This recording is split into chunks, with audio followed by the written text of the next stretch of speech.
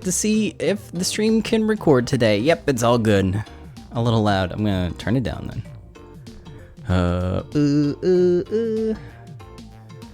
Just a little bit more. Dang it.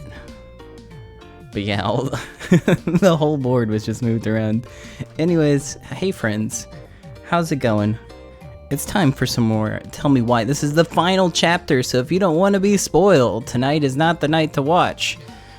Will the Mad Hunter be a cool supernatural entity, or will he just be a metaphor for depression? Or their dad, I guess. I guess it could also just be dad. Is it gonna be super lame? I bet. Last episode was okay. Characters are still okay. Nothing's too awful yet. I still kind of like this game. Give me a second. Let me move my monitors. Because of this fat fucking cat. Okay. I even got her cubes before the start of the stream. And this is what she does to me.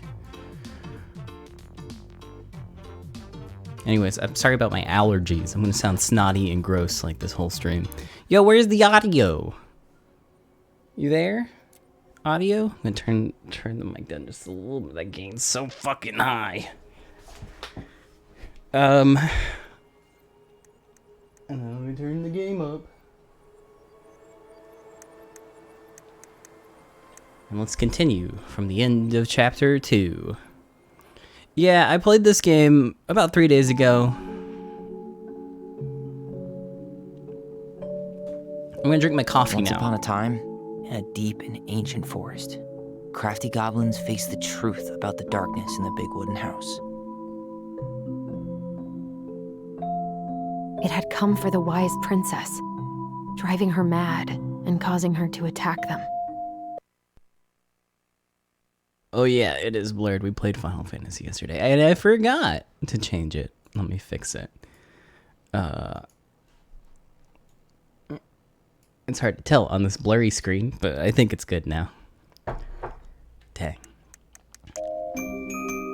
When they started asking questions about the princess in the darkness, the goblins realized that no one else in the forest wanted to know the truth. So they dug and searched and asked hurtful questions, learning more about the wise princess than they had ever hoped to. But the search took its toll. The darkness was proving too much for Sister Goblin, and yet Brother Goblin kept diving deeper and deeper until Sister Goblin finally said, enough. And that was how the goblins found themselves separated again, hurt and confused, with so many unanswered questions and too many open wounds.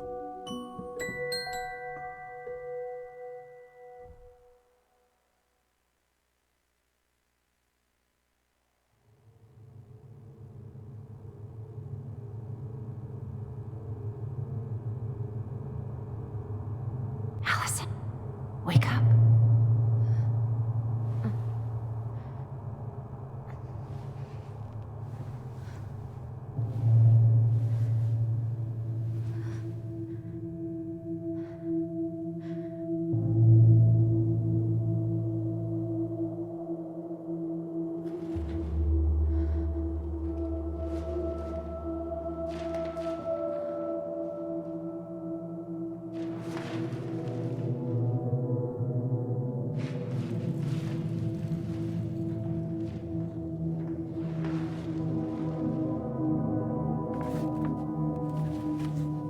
Oh no, Allison, don't pick him up.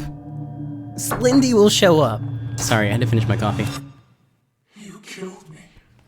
Oh, wait, it's the Mad Hunter's mom? Hold on. That's not what I want either. But wait, what about... No. This is all but a ruse. You can't trick me, game.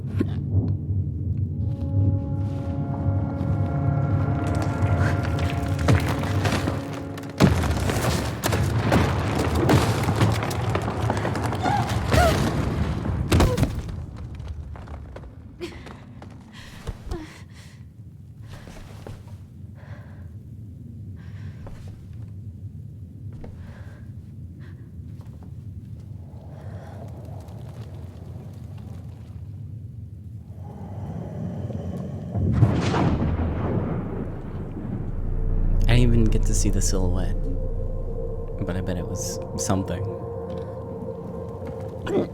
Oh no!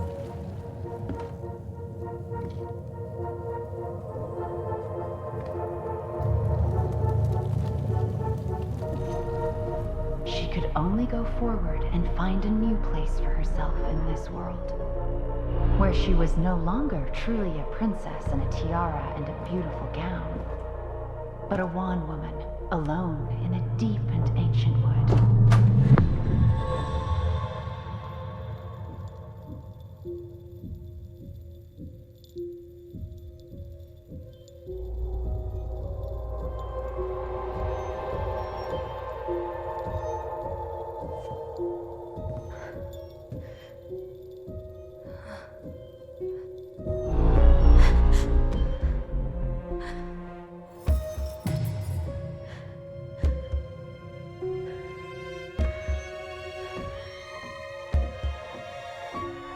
You killed me.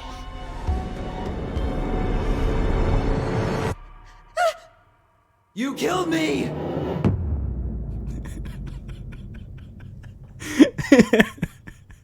What an interesting introduction.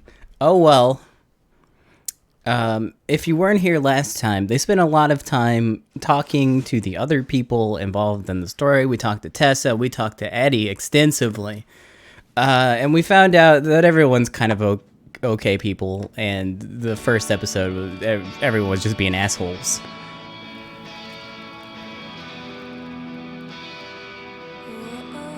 But it's time for music now.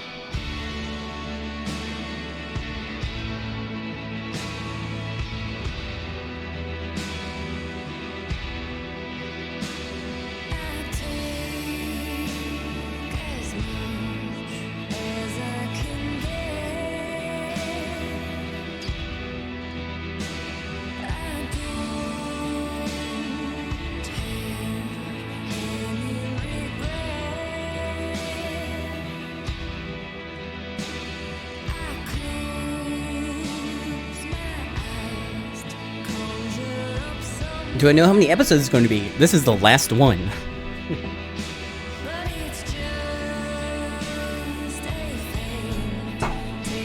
There's only 3. They still release the game episodic. It's been about 12 hours so far. No, it's been about 8 hours so far. It might end up being 12 hours though.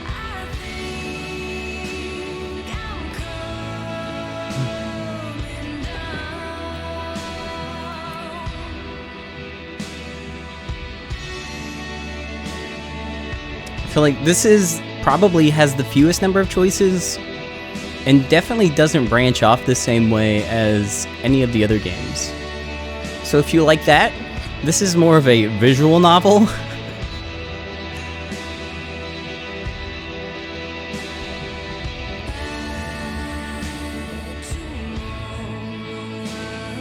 You basically get a couple of choices to either feel really shitty or feel okay about the characters in the game. That's about it.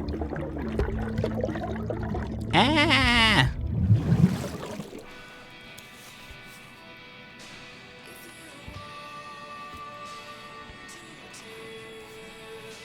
I don't know why there's this flashback to her staying with Eddie. I feel like there's so much story you need to get to.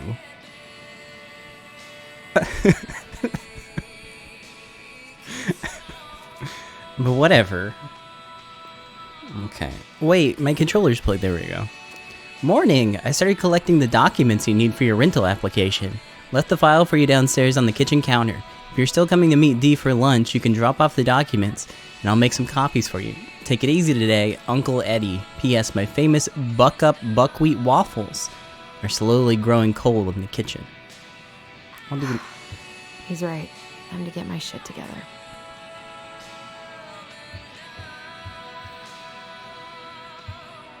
Yeah, it was a little weird to start. There's not enough concealer in the world to erase the night I had.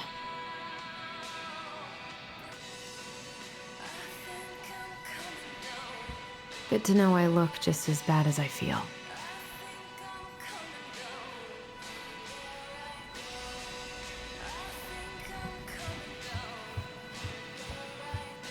How did we go from being so alike to total opposites? I gotta think about something else. Maybe it was the mom murder. Maybe that's where you grew apart. Now would be a good time to stop smoking and maybe do a detox at 12.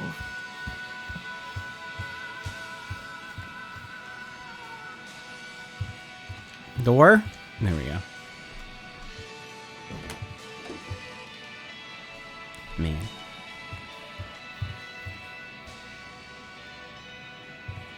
What the?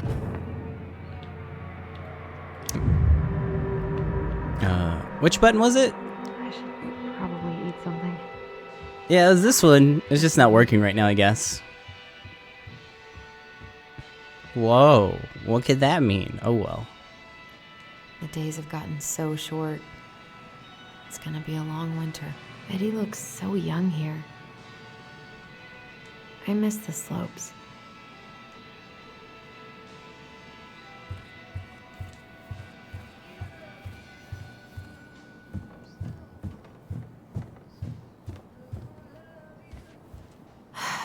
So many months of snow boots ahead. I need to get all that paperwork together. Maybe that'll help me focus and clear my head. Oh, what's this? Michael's Special... Michael's Special Creamy Crab Hot Pot. Saute grated onion and garlic in melted butter over low to medium heat. Add celery and carrot and wait till they're soft. Add potatoes, vegetable broth, and seasoning to taste. Celery salt, black pepper, paprika, crushed red pepper flakes. Cover and simmer until potatoes are cooked. Add creamy corn and crab meat. Fresh parsley. Heat and simmer. Serve hot in bowls with wedges of lemons on the side. Cool.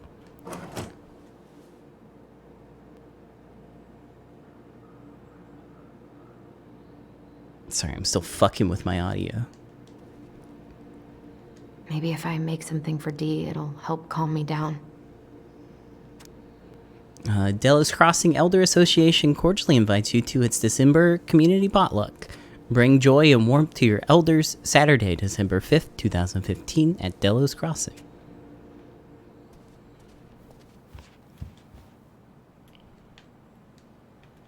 Eddie says there's a plant for every pain, except heartache. I can't really eat anything right now. Here's the file. Just need my ID and pay stubs. Okay. We were family, Allison. How could you do this to me? Fuck. I've got to think about something else. Focus. ID and pay stubs. Oh, well, that's a little weird. Okay.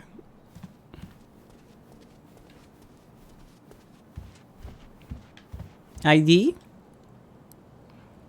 What if I just packed a bag and left? Why is your stuff Never so looked back. fucking scattered, Allison? Ah, here's my ID. Oh, I'll just put it down. Hold on, let me try again.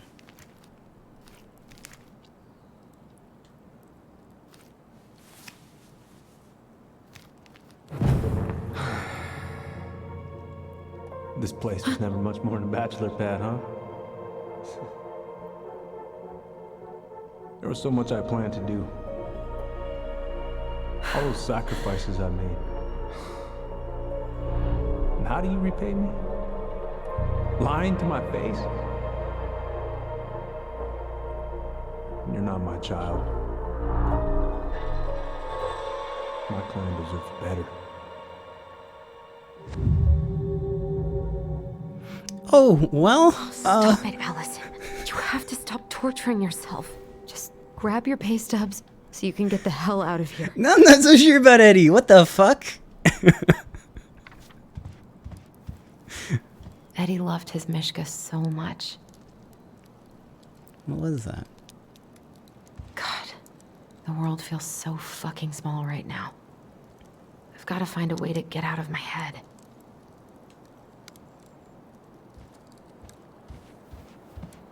I wonder what Tyler's up to out at the house.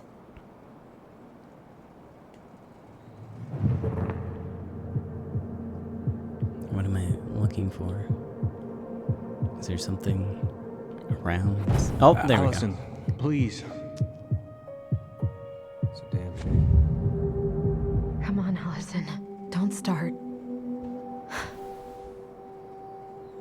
I don't feel like listening to anything right now. I wish I thought shooting some hoops would help me forget all this. I wonder what Michael would think about all this. Would he even get it?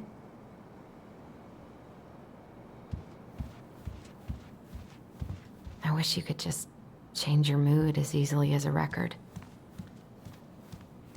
Shit, what else was I looking? Oh, pay stubs. Hold on.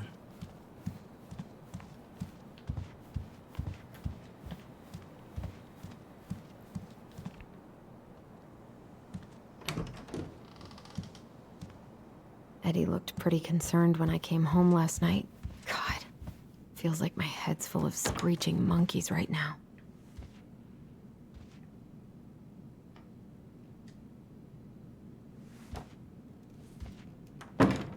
So far, the game's been really good, like surprisingly good compared to Life is Strange 2 and how shitty that was. I really like the characters in this game. Some of the dialogue's kind of awful at times, and there's a lot of weird mood swings in the characters that tonally don't feel right. I think that might just be a consequence of having different answers for things. I don't know, but some things just feel a little off, but it's better. Secret keeper and her secret keep.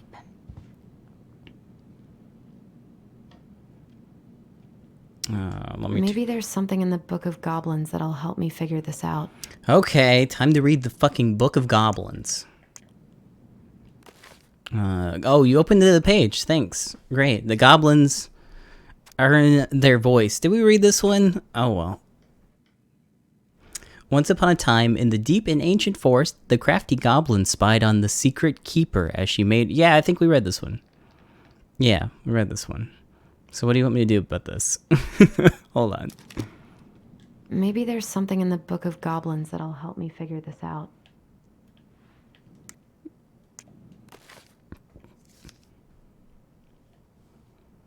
I want to know more.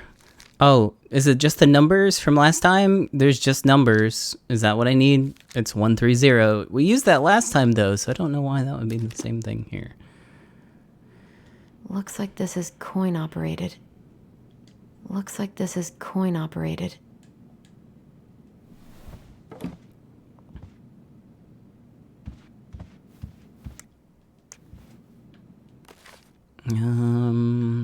So many secrets. Pshaw. You have no more than that. Share the gift of voice. That will do. That's how the goblin stole the gift of voice from the secret keeper. Yeah, I don't know what I'm doing with this information. But it looks like it's coin operated.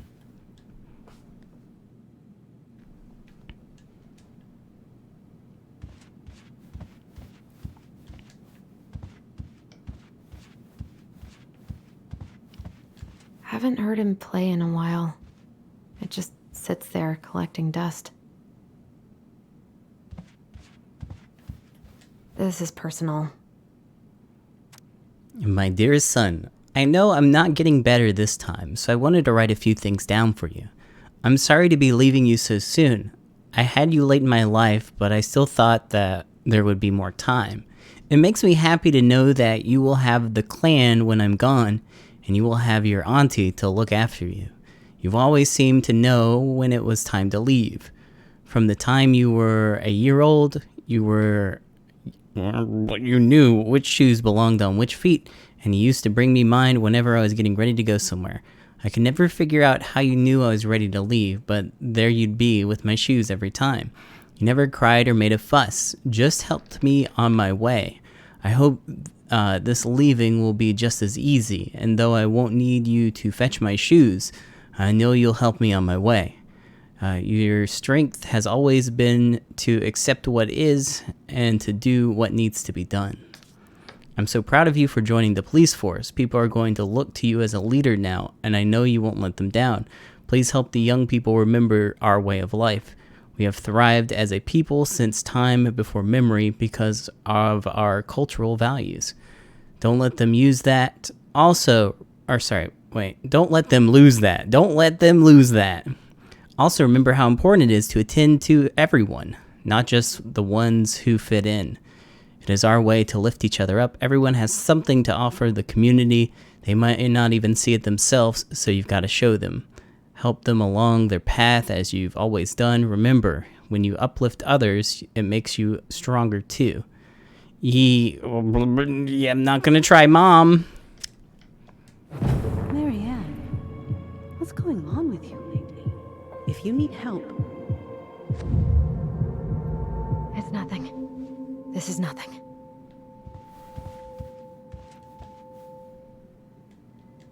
Bro, I'm just looking for my pay stubs. Eddie must have been back and forth to Juneau all the time to these shows before he got stuck here taking care of me. Still can't believe Eddie never told me he was paying for fireweed.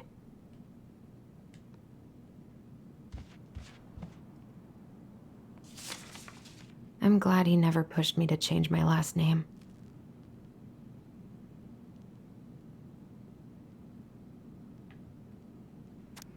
Let's see. Hearing court's finding that. Jurisdiction of the matter. Native child. The minor is not a native child within the means. Parental rights. Cool.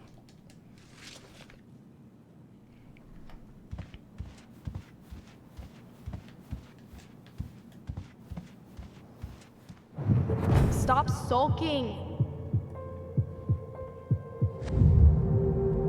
Okay, focus.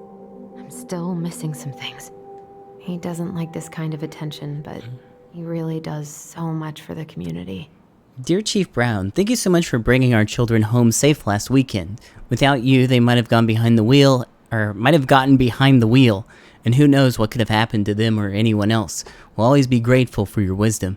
Thanks again for keeping this off the books. They are good kids who made a mistake, and Lord knows how a police record can compromise a child's future.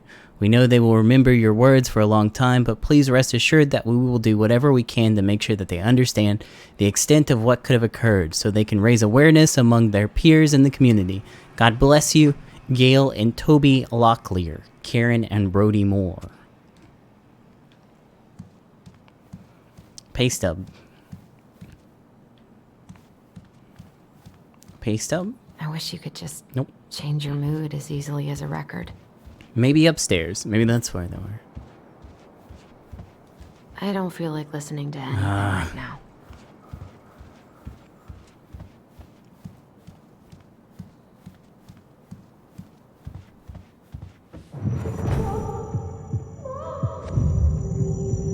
I told him I wanted to stop messing with those memories, but he wouldn't listen.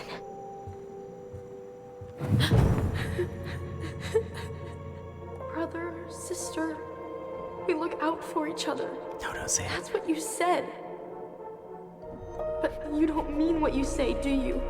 They're just words.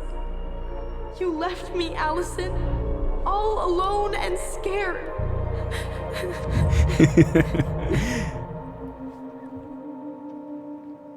Hold on just a second.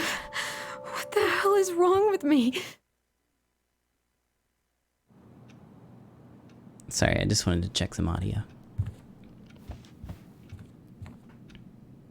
Pay stubs! Not here. Not here.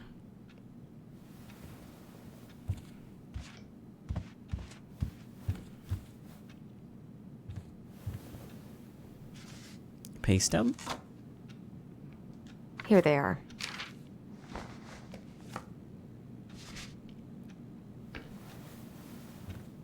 Okay, I think I've got everything I need for the application. Wish I could just book a one-way ticket to the other side of the world.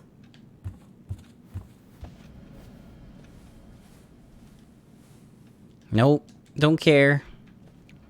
Just seeing if there's anything I missed. Do my laundry. No. Ugh. Maybe later.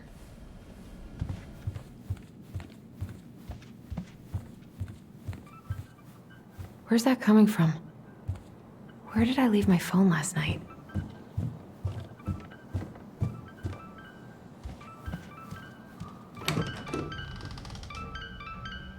Oh, you know, in the basement.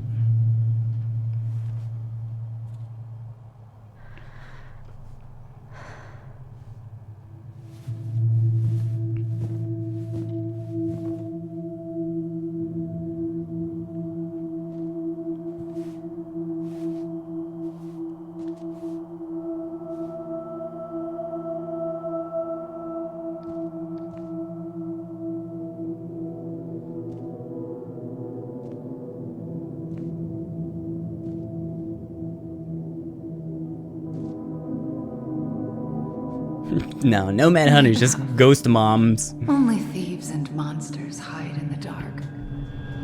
Fly back to the light, Allison. Okay.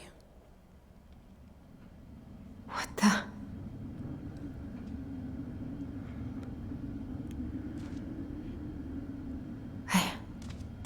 No. I cannot deal with you right now.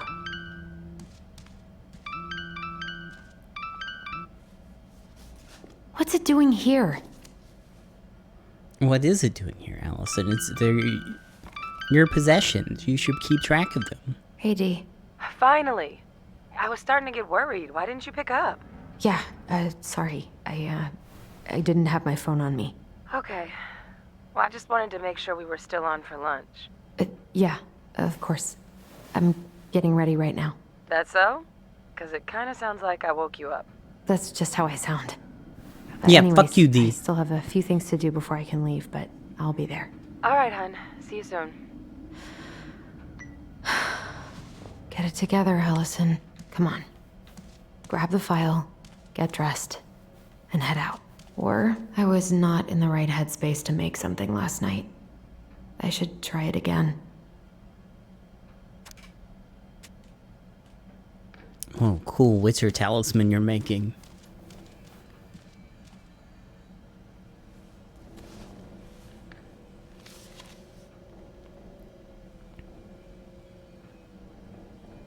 You should have taken care of yourself first, Marianne.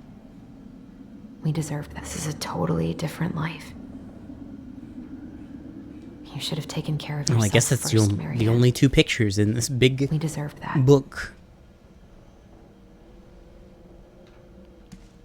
Eddie can't cope with getting rid of any of Carol's stuff.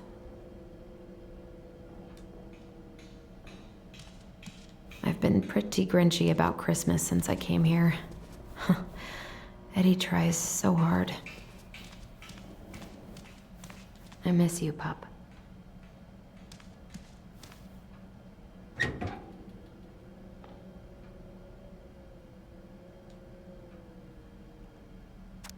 Let's see. Alaska Department of Fish and Game. Alaska residents only. Tips of tails must be removed. Names of household members. Allison Ronan. 1 permit per household. 25 salmon. Okay, thanks. Eddie's been too busy to fish lately. I know he's missing it. Hey, what's up?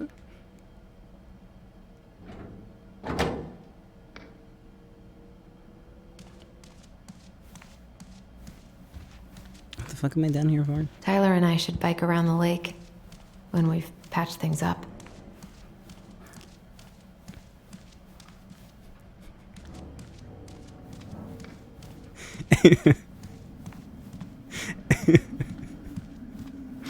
How did she expect that to happen?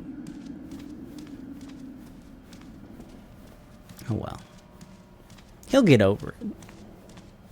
No big deal. Is there anything else down here? Did I miss it? In the box? Not the box. I've got enough time to carve something for Dee. Yeah, let's carve a gift for Dee. Here's a fucking wolf, because that's the only thing I know about your character. Just got a weird thing for one very specific dog.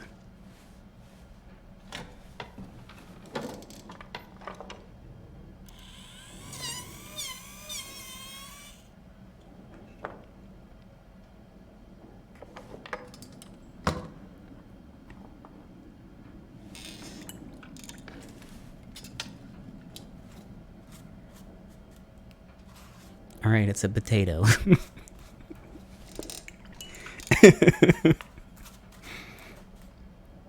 What the fuck? Alright, good job. I'm impressed. The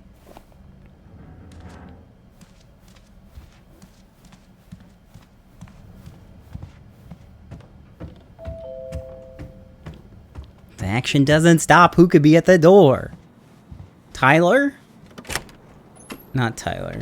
Morning. Hey, Allie. Hey. Hi, guys. What are you doing here? Tessa and I were worried after you called in sick last night. She's busy at the cafe, but she sent over some coconut cake, since you won't be making it in for lunch. That's nice, Tom. Thanks. I'm gonna head on inside. Freezing my butt off out here. Alright, Tom, you stay outside. Bye. Okay, thanks. Is Tyler not around today? We had a fight.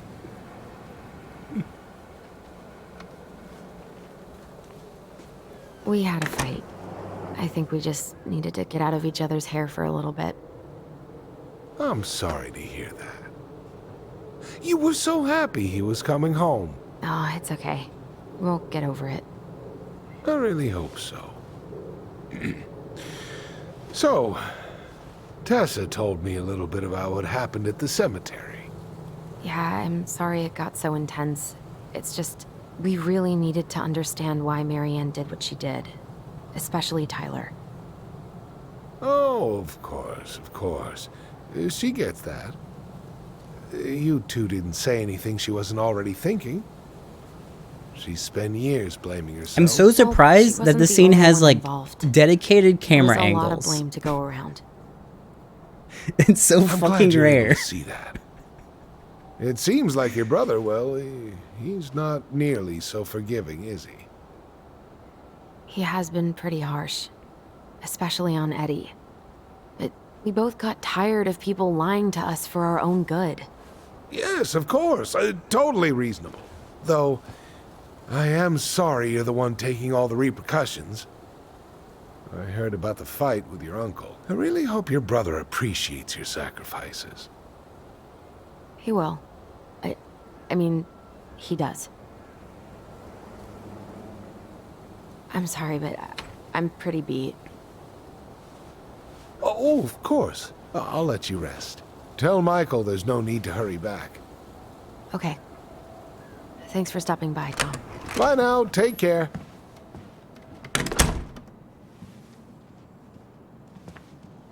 Sorry for abandoning you out there. Pro tip? Avoid catching a ride with Tom at all cost. Well, that's Did a great you talk pro about tip. the new Thanks. spicy chocolate bars? Yep. And exactly what they do to his digestion.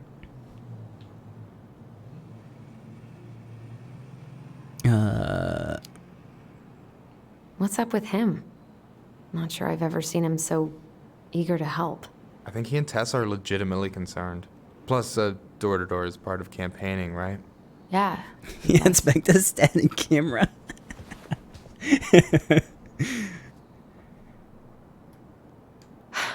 I'm glad you're here, Michael. Thanks for coming.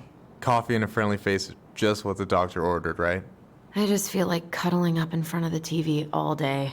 Maybe finally binge that last season of Witches of Eldom. Then do it. I gotta drag my lazy ass out to have lunch with Dee. Help yourself to some waffles if you want. That's Eddie's way of saying, I'm worried about you. Oh, that's cute. But I had a ridiculously huge breakfast, so I'm good. I've been kind of freaking out on repeat today. What do you mean? It's hard to describe, but I just can't calm down. You ever try any of that affirmation? I like how 90% of the angles are Look, just when things back get of their dark, I tell heads, myself too. that whatever I'm going through will pass. That I'm a great person and my feelings are valid. This will pass. I'm a great person. My feelings are valid. We'll work on it, but that's a good start. Yeah, Allison left after the fight with What's going Tyler and is staying at Eddie's, I guess. Oh, oops, sorry. Tyler and I had a fight last night. I was so excited to have him back, but what if 10 years was too much and we're too different? I don't think so.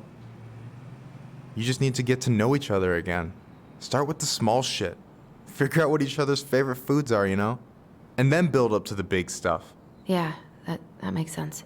The last few days have been a lot. It's totally okay to be overwhelmed. You're gonna figure it all out. Families are fucked up. They're basically fuck-up factories. You're right. I just need to relax.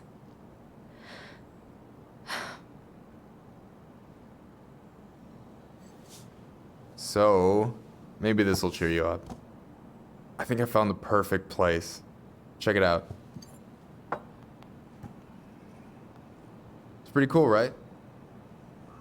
Deposit's a bit high, but it's got 2 large bedrooms and a view of the channel.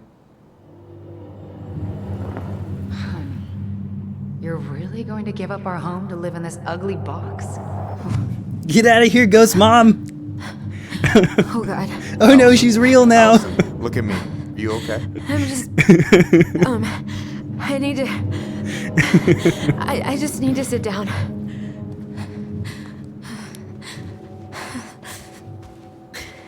It's okay.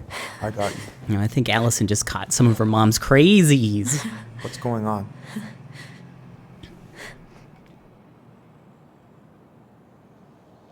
Yeah, I'll tell him. Sure, why not?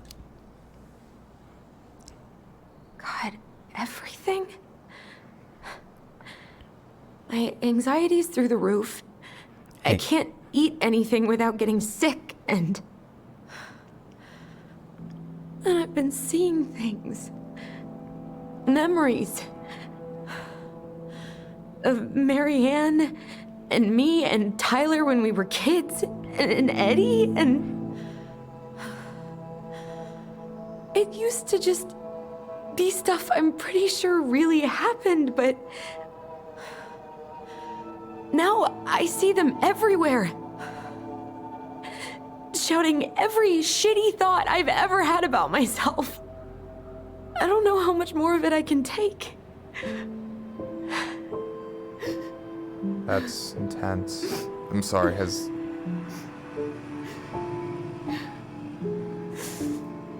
anything like this happened to you before?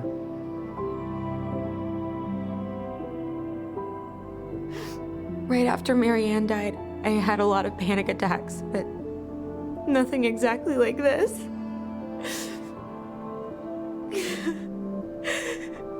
Come here, Allie. I hear you. Okay? I hear you.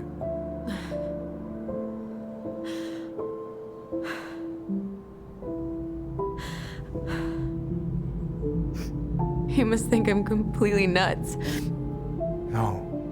I think you went through some really bad shit. You never saw anyone about it, right? Yeah, I've looked into therapists a few times, but they're all so far away and so expensive. Well, you know what I went through in 2011. I don't know if I'd still be here if I hadn't gotten help. And you got that money coming in from the house. For our apartment in Juneau. I don't want to bail on you. Look, I know you hate letting people down, but you gotta put your own oxygen mask on first. I get that, and so does Tyler. Thanks. I'll try. I really need to work on the house today, but Tyler's crashing out there. Not sure if I'm ready to face him. If you want, I could go out there, see how he's feeling, and if he's ready to talk. What do you think?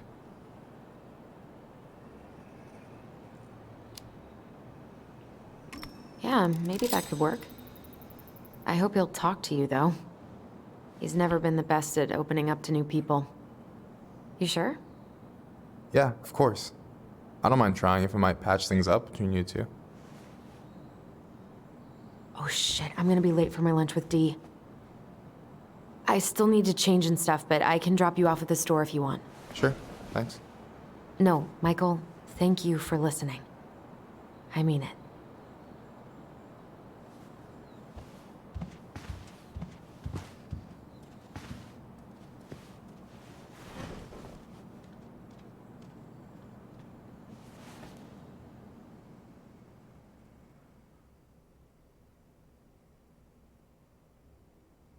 So I guess it'll be a while before we get any real answers, huh? That's okay.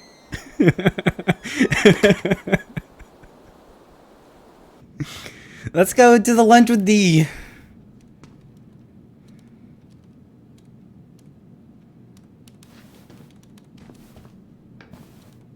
Hi, Dee. Hey, beautiful. You okay? 'Cause, girl, you look like shit. I haven't been sleeping Well, well. this is the last But episode. here I am. That's how much I love you, right? Aw. Well, I appreciate us having a girls' lunch anyway. Just give me 5 minutes so I can finish off this paperwork. Oh, no rush. I need to drop off some stuff with Eddie. All right. Oh, help yourself to some cobbler. Mrs. Romero sent it over after I caught her flasher. It's in the break room. You better hurry before Greggs kills it off. Mrs. Romero's cobbler? I'm on it. I'll meet you in there when I'm done with this. There is so much in that Goblin book that Morning. I will never read. Miss Ronan? Where's the cobbler at? Oh shit, never mind. Ooh, these look like wild berries. Mrs. Romero must have frozen them over the summer. Oh, yes, she takes her cooking seriously. Very seriously. Hey, Greggs. Hey, Allison. What brings you here today? Greggs, Just are you gonna needed look to up? Drop off some paperwork I don't with think Eddie. he's moved a pixel. She's busy right now, but you can There we leave him in go. his mail slot. Hey, Greggs. Going around in circles? Nothing really. Just waiting for Dee. Then pull up a chair. What is his haircut? It's clipped into his head securely. I love the smell of this soap.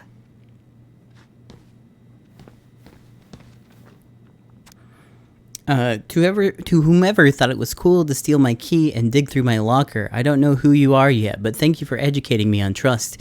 I was brought up thinking personal space would be respected, but now I get it. I appreciate you helping me grow as a person, and I return the favor, but I've got an allergy to all you unhygienic fools. So how about next time you just keep your hands off my stuff? Love, D. Was that me? I don't remember doing that. I don't think that was me.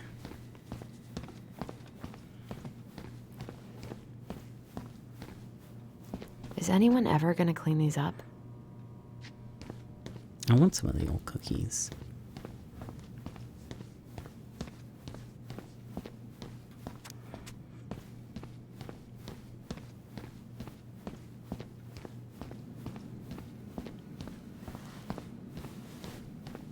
Try not to hang out upstairs too long.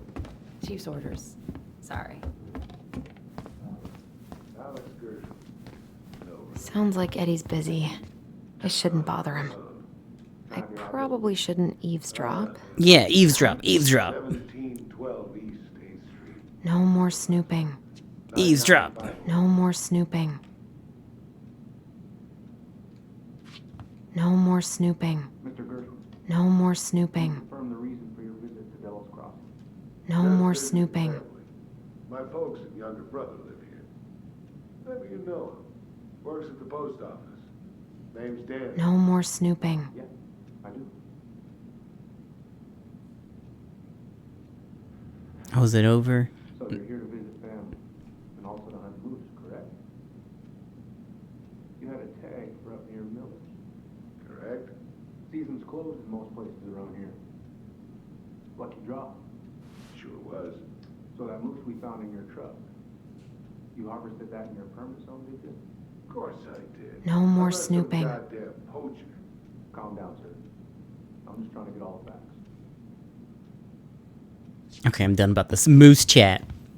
Uncle's in there. He's really letting that guy have it. I should probably drop the paperwork here. No more Eddie's snooping. gonna be busy for a while. You think those cases were mine? Well, we got a tip that you were bragging about down in the booth up that way. This is No more snooping.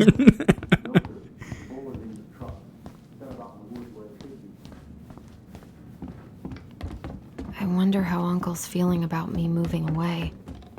We haven't really talked about it.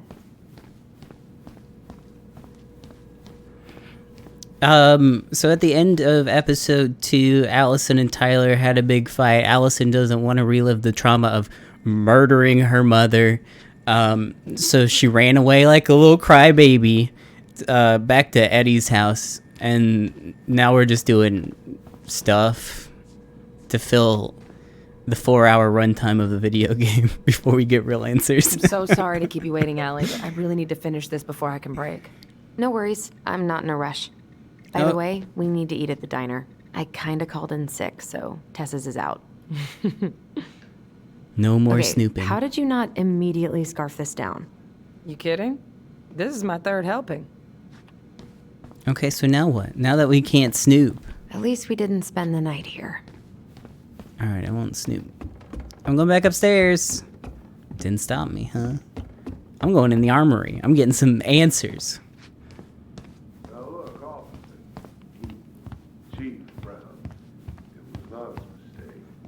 Important. New process for access to archives. File request. Retrieve automatic reply. Enter single-use door code. No more snooping. I do. It's not only about culture and tradition, but also respect. That's why we have law. I got nothing but respect for the law. Do you? What about respect for wildlife? Populations in decline out by... Okay, bye. Can I have the cobbler now? Am I allowed to have the cobbler?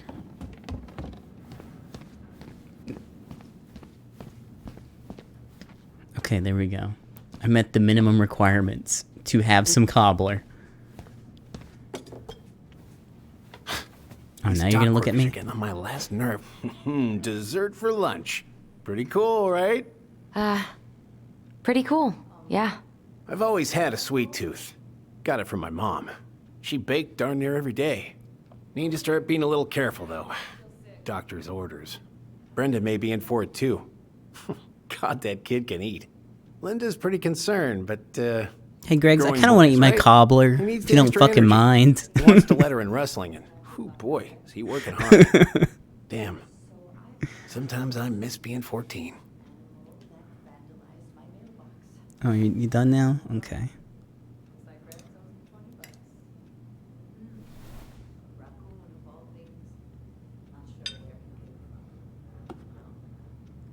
You were not kidding about the cobbler. This may be her best batch ever. Right? That's it. That's as much as I'm gonna eat. What are you having? Trout pie and, black radish. I'm on a diet. A cobbler diet? Hey, shh, shh, shh, shh. I won't tell if you won't. What you reading? Oh, about that dock strike and the trouble these folks are causing for everyone else. Ugh, I hate strikes. What is this, Paris, France? Come on! It's the only way most people have to get anyone to listen. Hey, Greggs. Crime in Delos Crossing? So, what's the criminal underbelly of Delos Crossing been up to lately? Poachers, vandalism, a few memorable cases of public indecency. Nothing too serious. Which is fine by me. Boring is good. Not like Juneau. My daughter's always begging to move there, but that is not happening. Why? Juneau's awesome. There's like actual things to do there. Drugs, that's why. Property crime's double the national average. People coming in all the time from God knows where. Oh, I didn't know that. Hey, Greggs. Got any big vacation plans coming up? We'll probably go up to Anchorage for Thanksgiving. Linda's sister lives up that way. But I'm also secretly planning a family trip to New York City for New Year's. Been saving for 2 years, and I got it all arranged under a fake email. That's really cool. I'd love to go there someday. It's probably our last big trip before Lauren's off to college, so I wanted to make it count. I'm sure everyone will have a great time. Cool family stuff. I'm glad I have one too. Oh. Hey, sorry I kept you waiting. No worries. You'll never believe it. We caught the mailbox bandit. And guess who it was? Who? Who was it? An animal? An animal? Like a raccoon, maybe?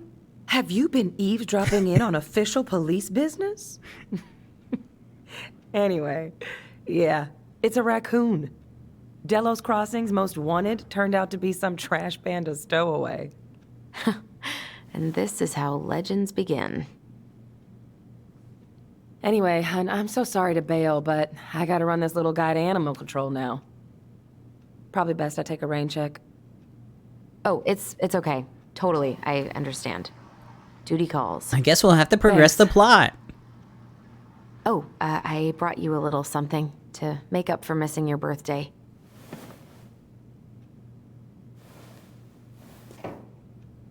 It's not much, but... You're kidding. I love it. Did you make this?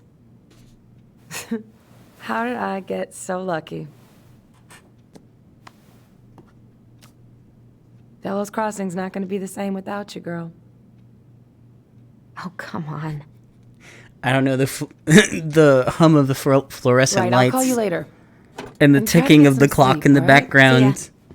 And the AC really do not help set a lot of atmosphere for this scene. There go my lunch plans. Hey, your brother I'm didn't ready tag to along go. today? No. He didn't really want to show his face around here after the mess he made yesterday, huh? What do you mean? What do you mean? Well, you know, how he went and broke into the archive room, then pretty much assaulted your uncle. Look, we're all worried about you. This isn't the Allison we know.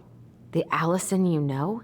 Yeah, the sweet, smart girl who'd never hurt anyone on purpose. I know you two and the chief made peace, but I gotta say, it ate at him all day. I mean, we didn't have to do that. We probably could have waited for like 5 minutes and talked about it instead I'm sorry, but of I doing really all that don't want bullshit. to have But this conversation right now. I had a rough morning. yeah, Eddie, fuck off. Or not Eddie. Fucking not Eddie is your name now. All right. I just want you to be careful. I've already forgot Greg's. I've been doing this for a long time. People, they mostly don't change, even when we really want them to. Look, I'm really tired. Can we not do this? Allison, I like you. I really do. I've known you since you were a kid. You're honest, stable. Tyler, I mean, if he goes down, don't let him take you with him, okay? I can't do this. Oh, you okay? Please just let me go. I need air. I need some air.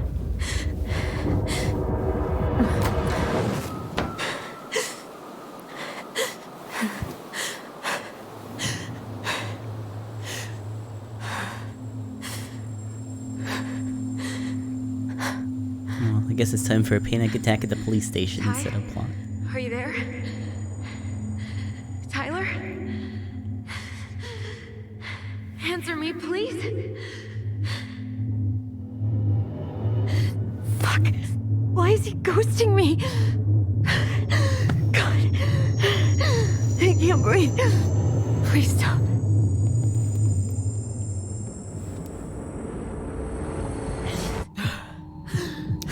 A.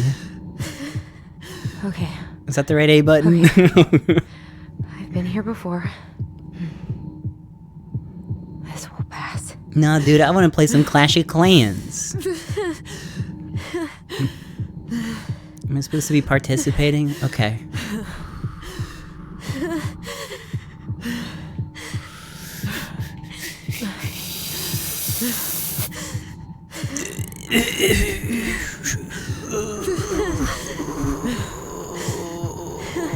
I just need to breathe in.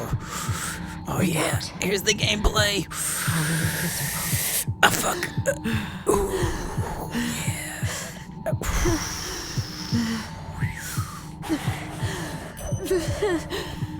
Oh no.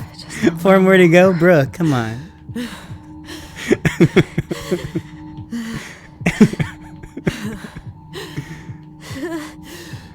Okay, here we go. Just keep going. In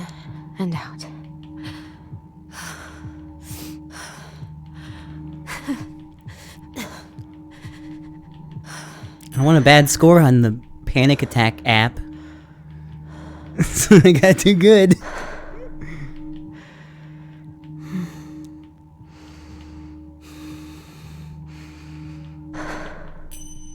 Ooh, that was close. You're getting there, Allison.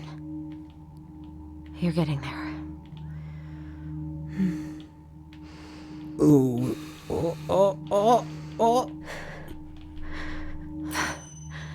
I'm okay. High score. I'm okay. What's happening? Are you okay? Yes? Are you fibbing? I'm scared. I don't know what these people are gonna be like. Or when I'm gonna see you again. We can still Why is it breathing that much tell in them the what thing? really happened. Ignore that part. It's done. Have fun playing That's it. the panic I'm gonna attack talk app. on the voice if I need you, right? Of course. It'll almost be like we're still together. It's time to get going now. Come on. Wait, Chief. Just a sec. Hey, kids. I went back to the house and got a few things for you. I know how much he's meant to you. Thank you. Thank you, Sam. What is it, Sam? Oh, kids, this is just goodbye till next time, okay?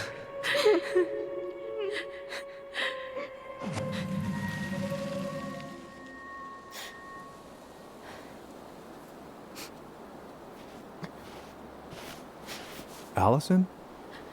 What are you doing out here? It's freezing. I just needed some air. What happened? What's wrong, little moose?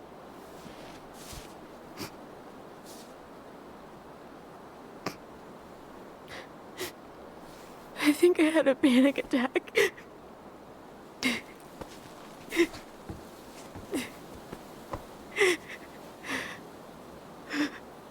It's gonna be okay. Let's get I you like his inside and clipping warmed up. ass cheek. Then we can talk about what happened.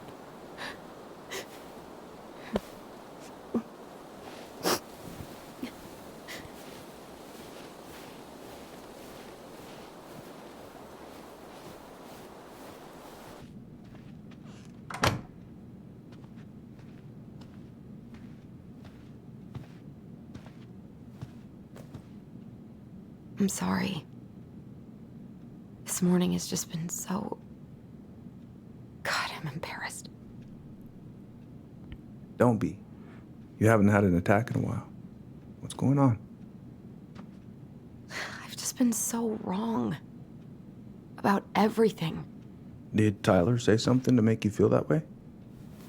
No. It wasn't him. It was me. I failed him.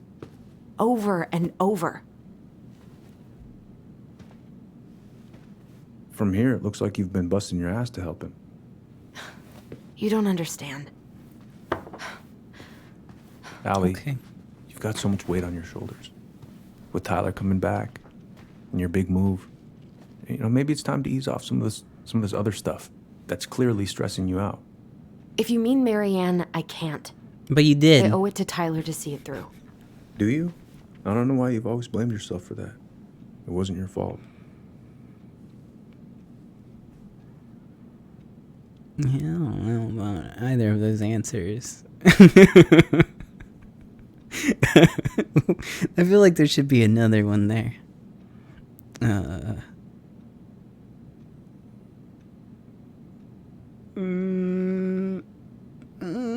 I'm just gonna press both at the same time, and whichever one gets pressed, gets pressed. Okay, that's the one. I just wish I could forget about it all. Never think about it again, ever. I understand. Trust me, I do. But there are ways to make peace with it. You can't go on letting it haunt your every waking moment. Allison, get your fucking shoes off of the sofa. Look, you're not your mother, okay? What do you mean? I mean, something happened to her. Something bad. I don't know what it was, but it never left her. You can't make that same mistake. You gotta tell those ghosts to move on. Get out of here, ghosts! Be gone!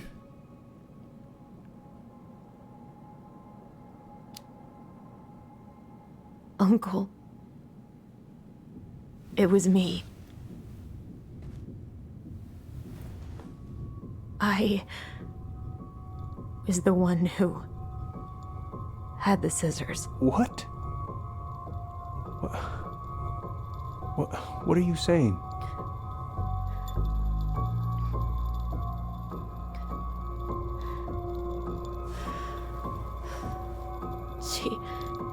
She was threatening Tyler.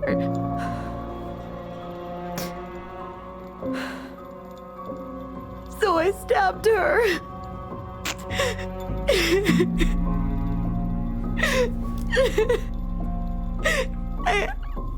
I killed her.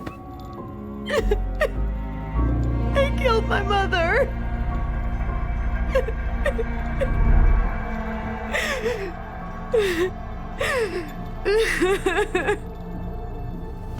But Tyler confessed. He went to Fireweed. We lied. We lied to everyone.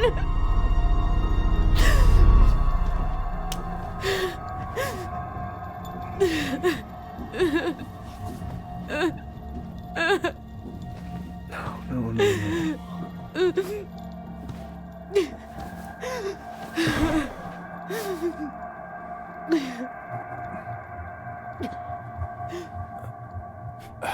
This is Allison the fireweed. How could you let him take the blame? It was a mistake. I know. But we were in shock. Tyler wanted to take the blame. And I let him. But we should have told the truth. Must have really hurt. Keeping that inside all these years. They pretty much just bottled it up. And now it's all I can think about. Everywhere I look, she's there. I can't take it anymore.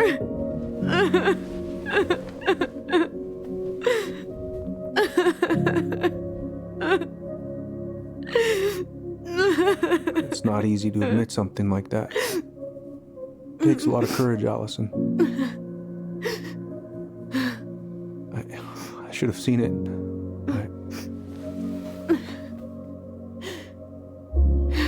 I'm so sorry. None of this was fair to you two.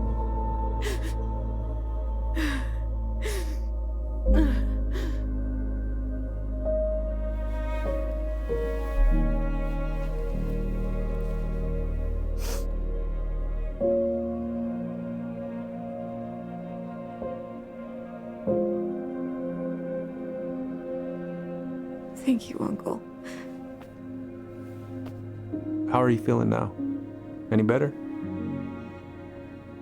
Relieved, actually. And really tired.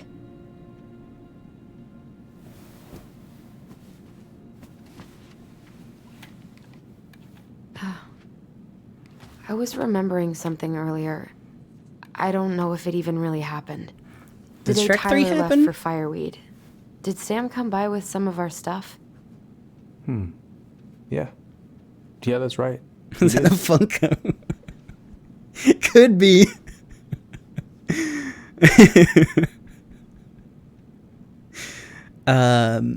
He brought our goblins?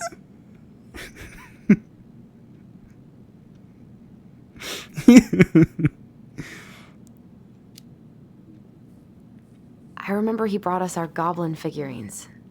And we had a big group hug. Yeah. He borrowed the house keys so he can go out and get them. He was over at our house a lot. Fixing things, chasing off animals. I know you didn't turn up anything about who our biological father was. But did you ever think it might have been Sam? Oof. Well, your mom and him were close. Nah, he so couldn't have been Evil Boat that's Man. a possibility, but I never found any proof, no. I should go talk to him. Are you sure that's a good idea? You need to get some rest. I have to do this. And not just for Tyler. For me, too.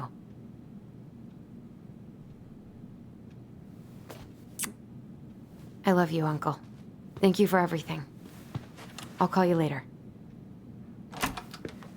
Alright, guess everything's good. Thumbs up.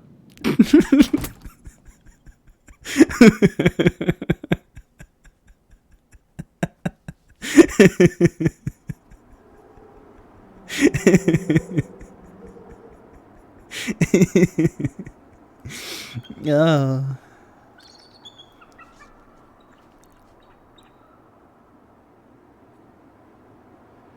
Yeah, whatever.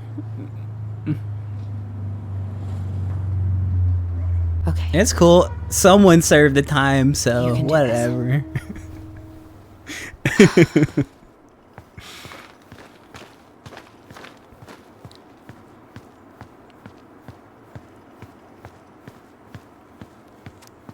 Out of order. Go around. I'm gonna try opening it anyways. Good. He's here.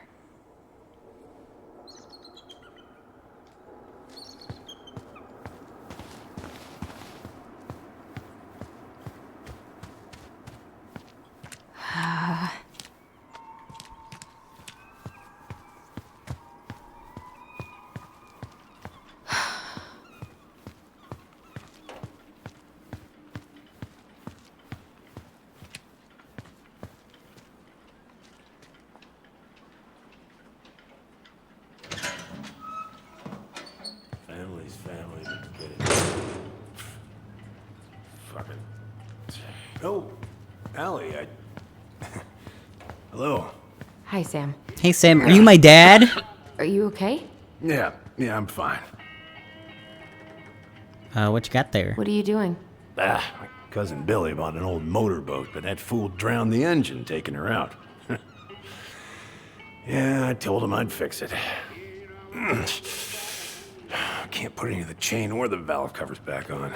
So, did you need something?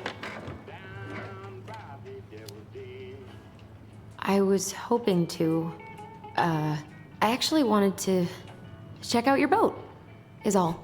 Yeah. Yeah, it's a real nice boat. All right, here she is. Nice.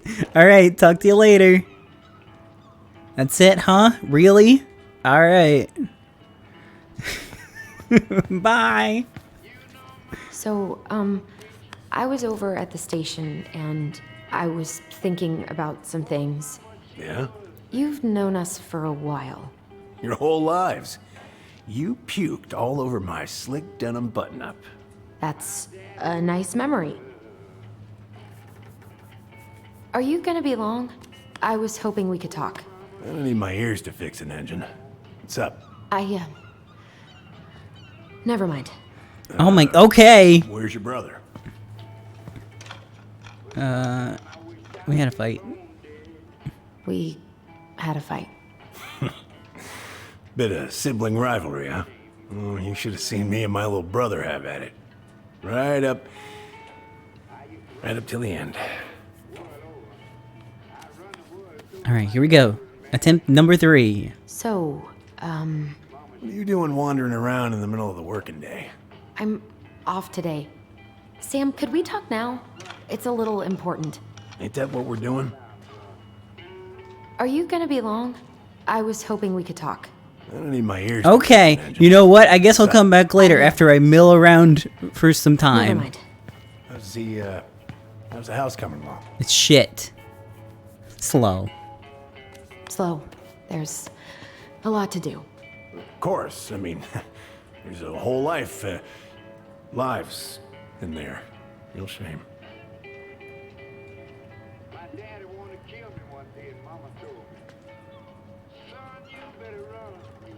Impressive collection.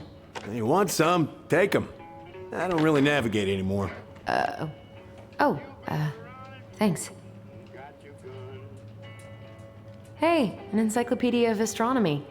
I have this one. Oh, yeah. That's a good one. Real detailed. Whoa, that's a really nice sextant. Whoa, Sure is. dude, dissect Present it. for my old crew for my 30th birthday.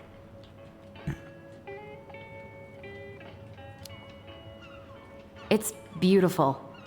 Well, it's mostly just for decoration these days, but I'm a big fan of doing things the old-fashioned way, you know? Oh, he's doing stuff. Okay, hold on. I thought he was just gonna stare at it until I found the thing to start the conversation. What are we looking for? Like a 20-year-old broken condom? Nuts are stuck. Oh, here we go.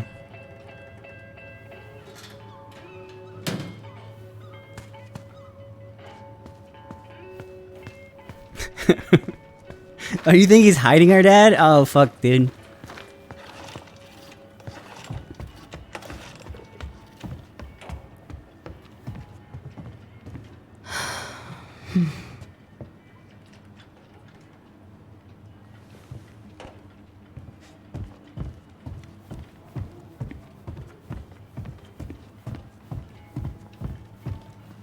Oh, can't go.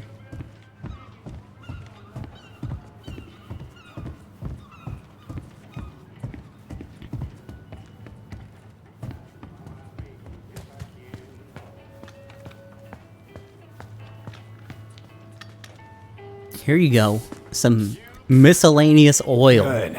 Give it a good squirt. Let's see. Should be just about. Pass me that wrench, will you?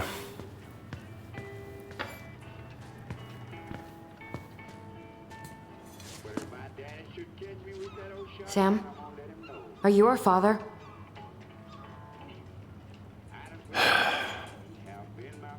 Ah, dang it, you got me. Figured you'd ask me that question someday.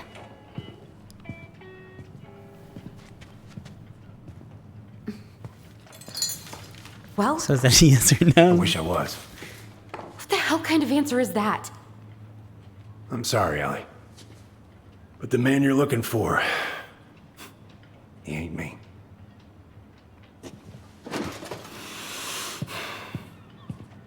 Alright, then, who?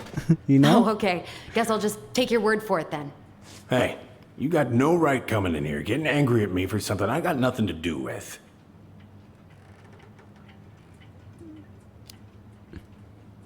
But you two were so close. I know you meant something to her. You honestly think I would have let you two grow up without a father? I may be a deadbeat, but I'm no coward. But you must know something. I truly don't. Your mama, she never... Look, we were just friends. I mean, take a look at old Sam. No woman like Mary Ann would ever think twice about a guy like me. I'm so sick of this. I'm so tired of trying to unravel all of Mary Ann's fucking secrets. I don't understand her. I want to hate her so much. But I don't even know who she was. Come with me. I want to show you something.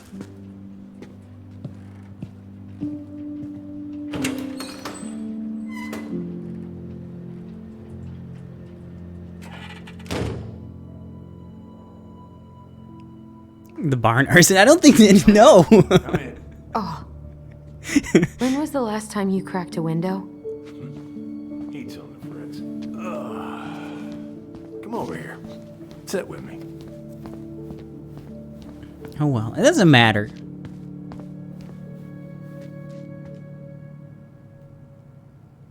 Oh. What's all this? Here, I kept a few things.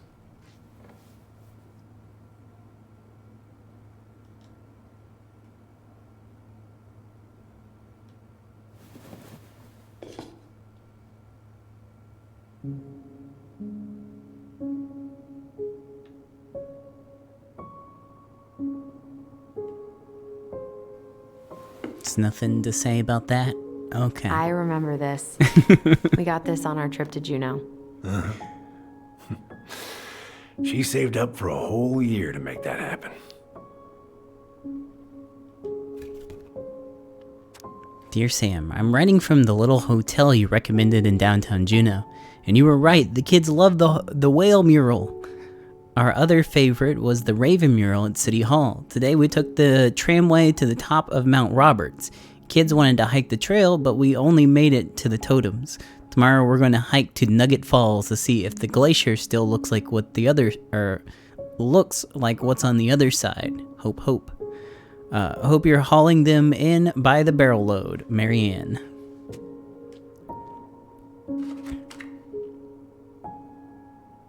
Swords and schemes. Oh, I took her to see that for her birthday. She hated every second of it. Whole drive back, she talked about how it butchered the books.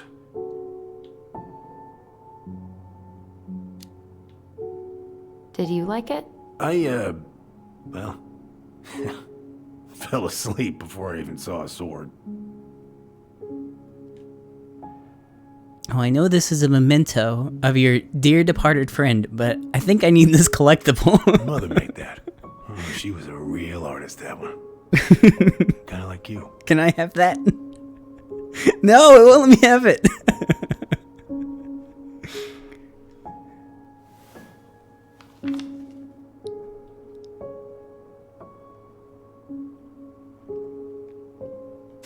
Happy birthday.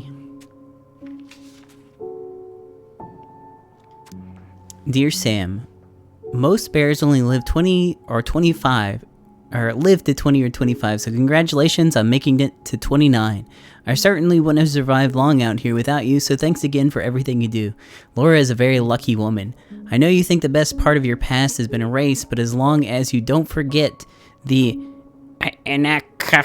rose will always be seaworthy. It just might be a little smaller in memory. I hope you get some time on the water with Richie this weekend and catch everything you deserve, including some new memories. Happy birthday, my cherished friend, Marianne.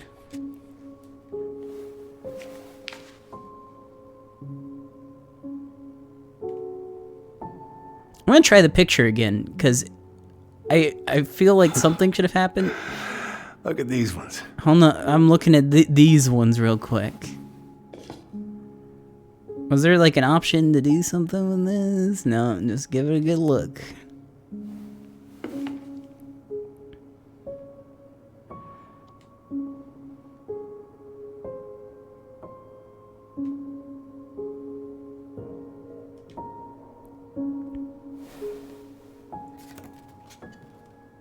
She looks happy. She was. When was this? Why are you wearing a square hat? Oh, yeah, that was when I finally got my captain's license. Mary Ann's the one who pushed me to get it. Made me wear that stupid hat when I went to take the oath.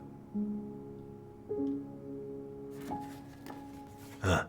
Yeah, Oh shit, it's a goblin. We'd been working on that barn for months. That roof was a son of a bitch to sheath. Rain just kept on leaking into the loft. Wait, the barn has a loft? Oh, yeah. You didn't know?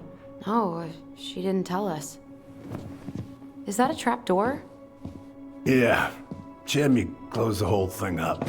Told her it was gonna be real hard to get any hay up there, but she said she didn't mind. Do you know what's up there? I could tell she didn't want to talk about it, so I respected that. Well, we're gonna have to empty it out for the sale, so I guess we'll know soon enough. Ellie, you really gonna go through with this? It's like I told you, that house meant everything to your mama. It's all we got left. Hey Sam, you wanna buy the house? You can't just throw it away. I could scream at him. Or I could say I'm sorry.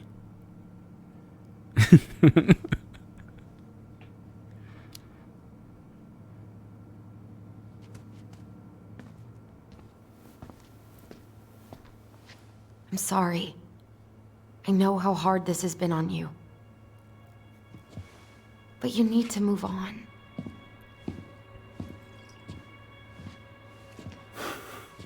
Yeah, I'm moving on to the next bottle. Maybe it would help to talk to someone about it.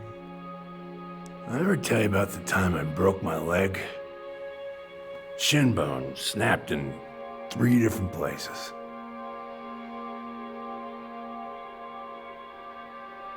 It stuck in my ass for a month. No use to anybody. I was so down I couldn't even bring myself to get out of bed. But your mama, she has having none of that. She got me up one morning and drove me to a nice spot by the harbor. I watched the boats come in and out all morning. You can't let yourself be defined by the parts that are broken. That's what you told me. You gotta find a way to work with what you got. I think about that a lot. Gotta remember.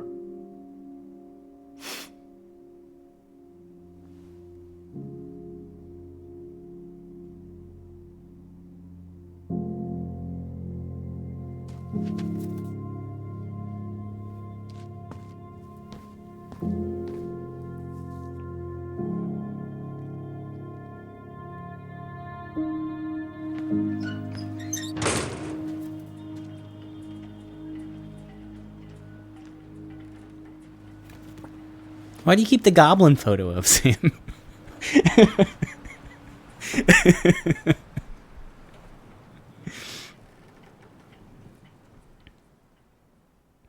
Oh well. Yeah, let me go back and get the boat.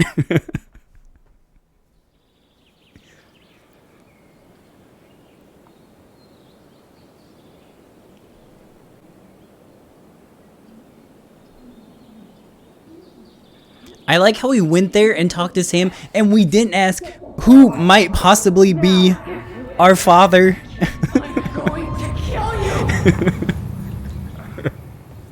The person that's been with Marianne her entire life. Hey, Tyler. I've been looking all over the place for you. You all right? Yeah, I'm fine. Whoa, whoa. Hey, let's get you off your feet, okay? Come on.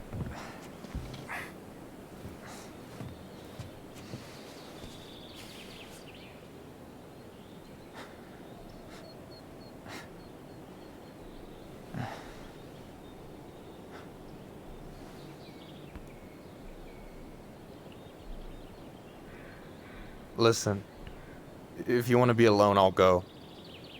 But if there's anything you need to get off your chest, I won't snitch. You saw Allison? How is she? Yeah. I went back to check on her this morning. She was in a pretty bad way. Whatever went on between you two, it wrecked her. Look, I don't want to drag you into this. Well, I'm already in it, and you look like hell, so... I just got a lot on my mind. Well, I know one thing that's good for that. As a wise man once said, fishing is the cure to the wounds of the Fishing! heart. Oh my god, is there really gonna be fishing? I am in the mood. Was that wise man you? Hey, like I said, I gotta write my own legacy. So, you in? I don't know. Shut the fuck up, Tyler. We're burning fishing. daylight. Let's go. Where are we gonna go? Why go anywhere when we have a perfectly frozen lake right here? Ice fishing in November? Yeah. It got cold way fast this year. Climate change. That shit's gonna kill us. But hey, fish first. You can walk behind me if you're afraid, though. You're actually serious? I am a very serious man, Tyler. Let's go. We still have to get everything out of the car. Fishing minigame, please, please, please, please, please, please, please, please, please. Stage is set. There's been nothing. There's Chef been time. like the panic attack Whenever you're ready. minigame. Just give me fishing. You don't wanna go? Nah. Look, no way I'm gonna rob you of your first catch in your own backyard. I guess All we'll right. just watch it. Alright, there it is. Here we go. Got everything you need, by the way? Yeah, I'm good. Man, I'm so gonna miss this. Miss what? Michael looks Just super hanging out pumped about this fish and that's about to fishing happen. and, you know, I'm not gonna have a lot of time after we move to Juneau with school and the JC and everything. Right. So did any of the people you came up with at Fireweed land in Juneau? Oh, I'm not sure. Once they left, I never really kept in touch. Really?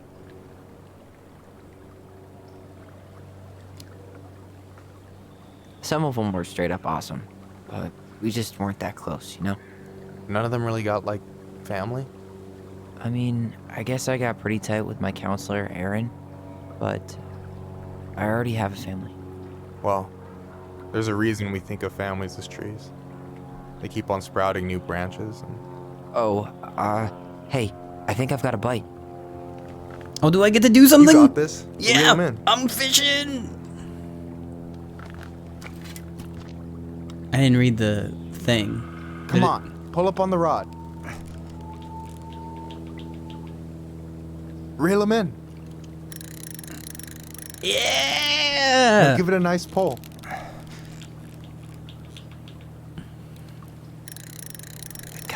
I got it. Fucking just snatched it. Little. Got it. Bravo. First of many. Pace yourself. It's a marathon, not a sprint. Thanks, Sensei. Oh, hey, did you want to make solid plans to hit the buzzard hole? The river might ice over soon, so we shouldn't wait too long. Yeah, sure. Sweet. I was planning to go Saturday. I'll pick you up on the way out. Cool. I'll set my alarm to ass crack of dawn. Bruh. You got anything good in there? Maybe, but who says I'm willing to share? Oh, come on, Okay, fine, be that way. You got anything good in there? Maybe. Oh, okay. I thought you were joking, but alright. Okay, That's fine. Fine, be that way. Oh. Alright, here we go.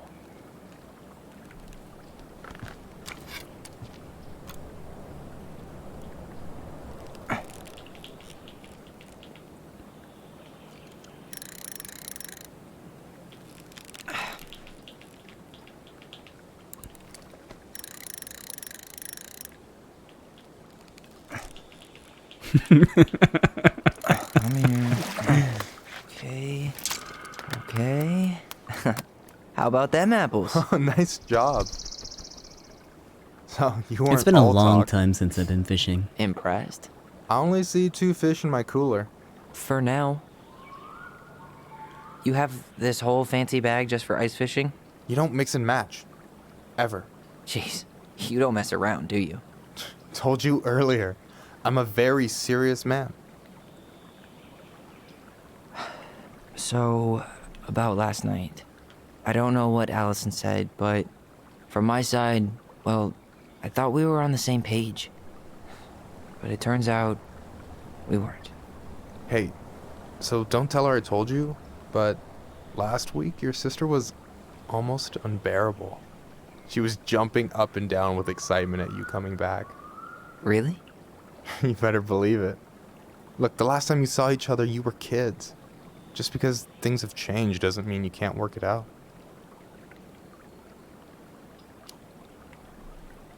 I know. It's probably my fault. I really pushed her last night. I just don't get why she always has to run away from everything. You blame her? Avoiding the problem doesn't make it go away. Do you think my bond points are going to add up to anything at the end of the game? It's like she's trying to bury the past. All of it. Even the good parts. Look, I'm not picking sides here. Okay, but she's been murder house girl ever since it happened. Now she's got a chance to put it behind her and start fresh. Shit, I'd be pretty eager too.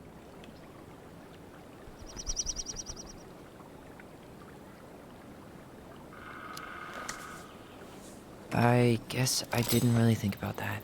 Yeah, I've bond been so points. focused on my own Social shit. links improved. It's been hard, you know? Figuring out how to live out here. You mean outside of Fireweed? Yeah. When I first got there, all I could think about was getting out. It felt like a cage. But after a while, it started to feel more like a shell. I figured out who I was in there. But now I've got to work out how to be that person out here. Well, if it makes you feel any better, none of us really know what we're doing. Like, shit may look bleak now, but your sister's never gonna give up on you. And you can lean on me too if you want. Just be careful, okay? Got a bad left shoulder. I'll keep it in mind. Thanks for listening. Don't mention it. Don't you say anything. Yeah, fish!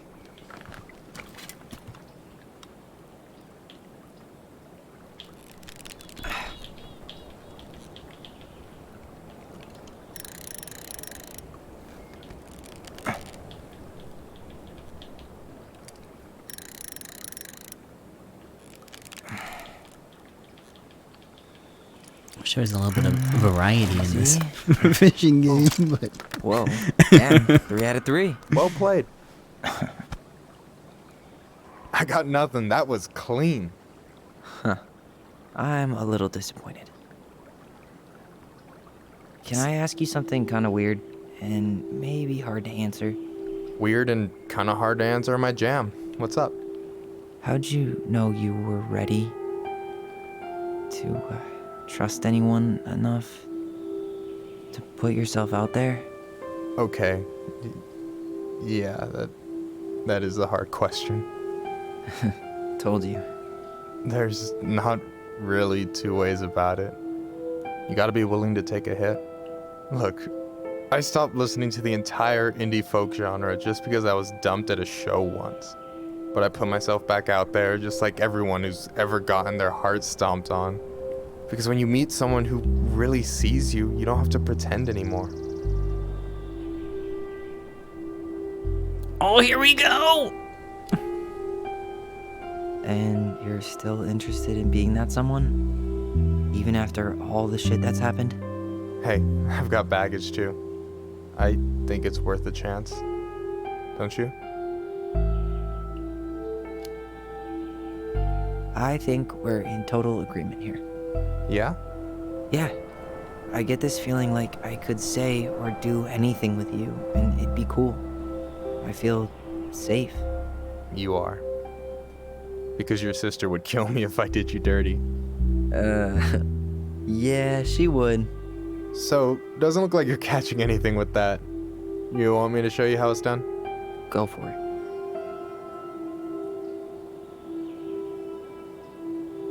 But I caught 3 things.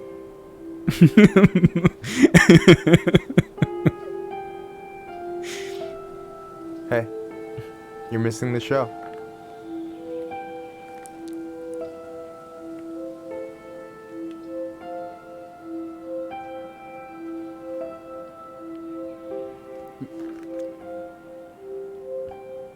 This is a very awkward scene. What is happening?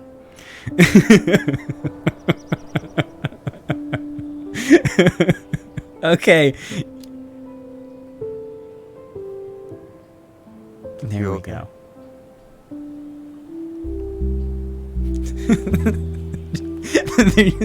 They're just looking around in different directions and the camera's just panning.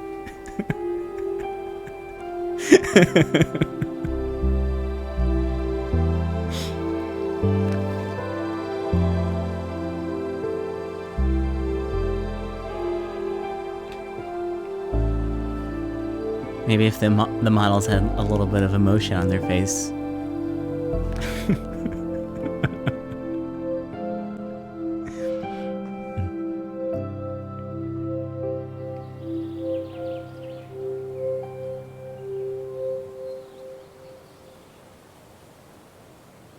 Oh, you've been waiting here the whole time? Oops, sorry, I just been all day fishing. So, yeah. Yes, one way to put it. Hey, Allie. I think I'll just show myself out. Okay, call me later. Alright, back You on know I that will. dead mom business.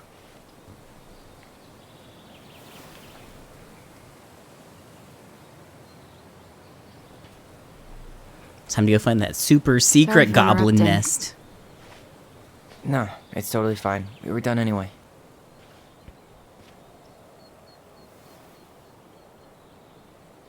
Catch anything? Mostly ice, but yeah. Tyler, I'm sorry Did for they leave the freaking out fish? yesterday. All of this. Maybe they let him go It's just after been they really sat in the hard on cooler me. for a bit. Don't apologize. I was being an asshole. We should have never pushed you that hard. Come here.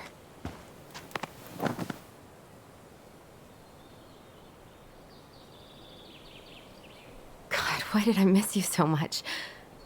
It's only been a day. I've been told I have that effect on people. You dum-dum.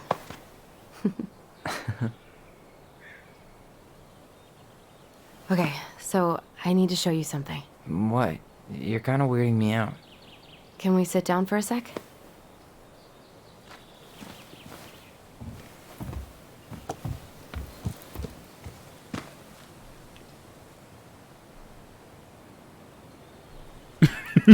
So, what is it? I was just at Sam's. He's not our father. How do you know? I asked him, point blank. Okay. I'm not surprised. Burning down the barn didn't really seem like a Sam move. Yeah, I guess it was silly to suspect him in the first place. He'd never hurt Mary Ann's kids. There's something else. Look at this. This was taken in 1992 when Mary Ann first moved to Delos Crossing. See that ladder? Sam told me the barn has a loft. He helped her build it. Apparently she never told anyone about it. And it's still there? As far as he knows, yeah. What do you think? Should we give it a shot? We've come this far. And a hidden loft? That's got secret shit written all over it. Let's go. Hey, Whispering, thank you. Alright. Who would have thought a barn would have had a loft?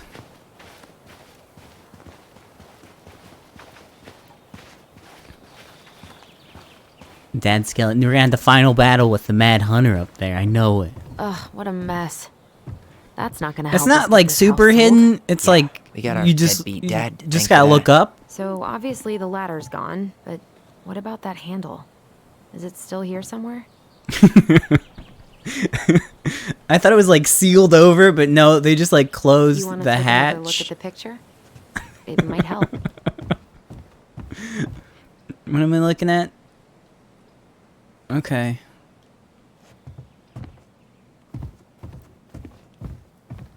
Yeah, well, it's gone, so. The handle should be behind this.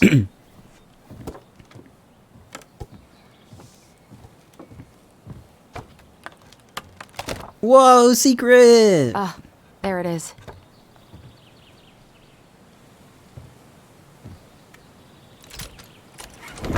It's opening up. The secret keeper always did store all the best secrets in the clouds. Yep. Come on, let's find a way to climb up there.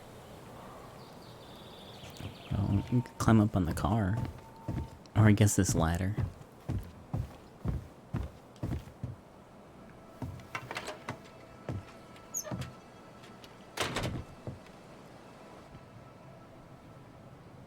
Whoa, secret goblin den.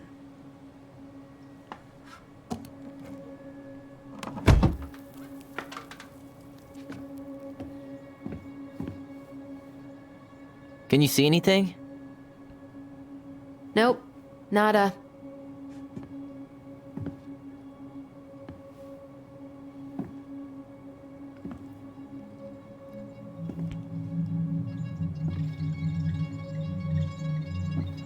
Much fewer dead dads than I expected. Here, found a switch.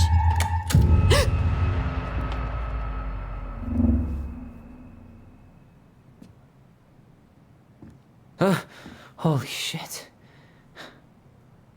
Well, that shaved a few years off my life.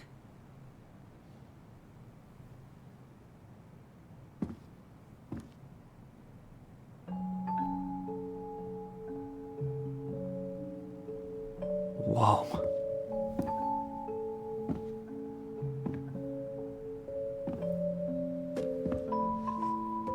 It's her story. Look, she left us something.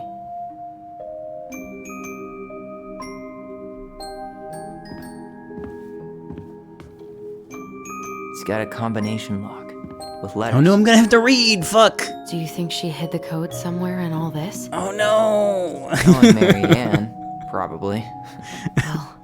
Oh, thank goodness. Wanna Maybe do I'll just this? have to look. Yeah. Let's start here.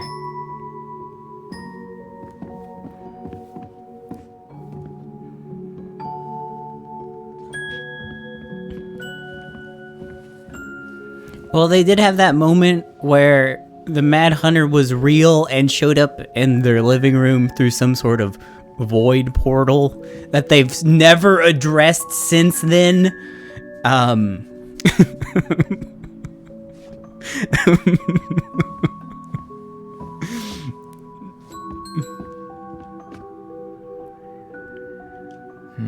It looks like that little piece should move, but it's stuck. Maybe these need to be done in order. The Mad Hunter seems to be first. Her cruel parent. Oh, okay. Recognize this? Yeah. Big It's from puzzle. the story where the goblins tricked the Mad Hunter.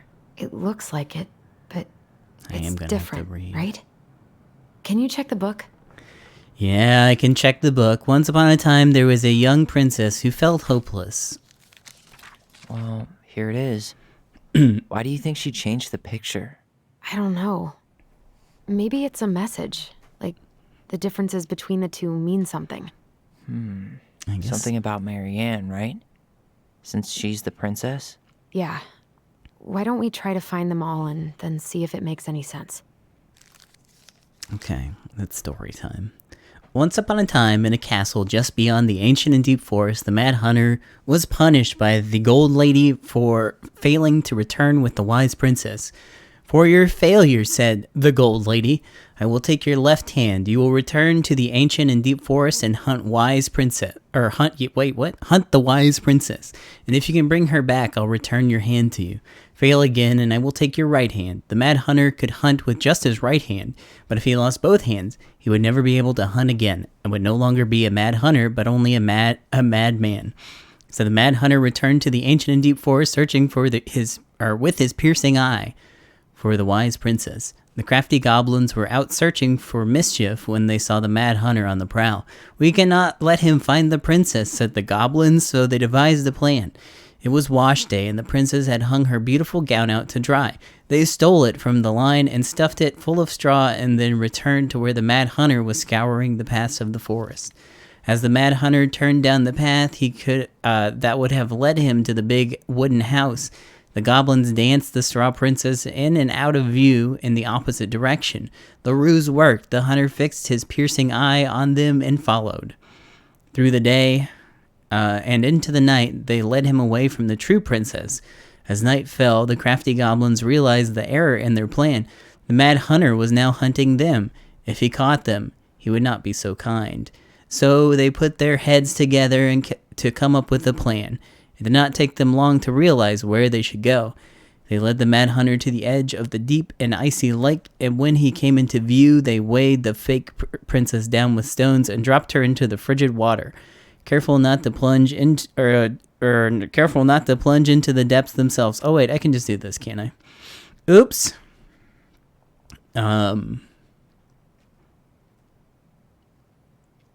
Edge of the water, stones, and dropped in the water. Careful not to plunge into the depths themselves, lest the moon hag take her revenge on them.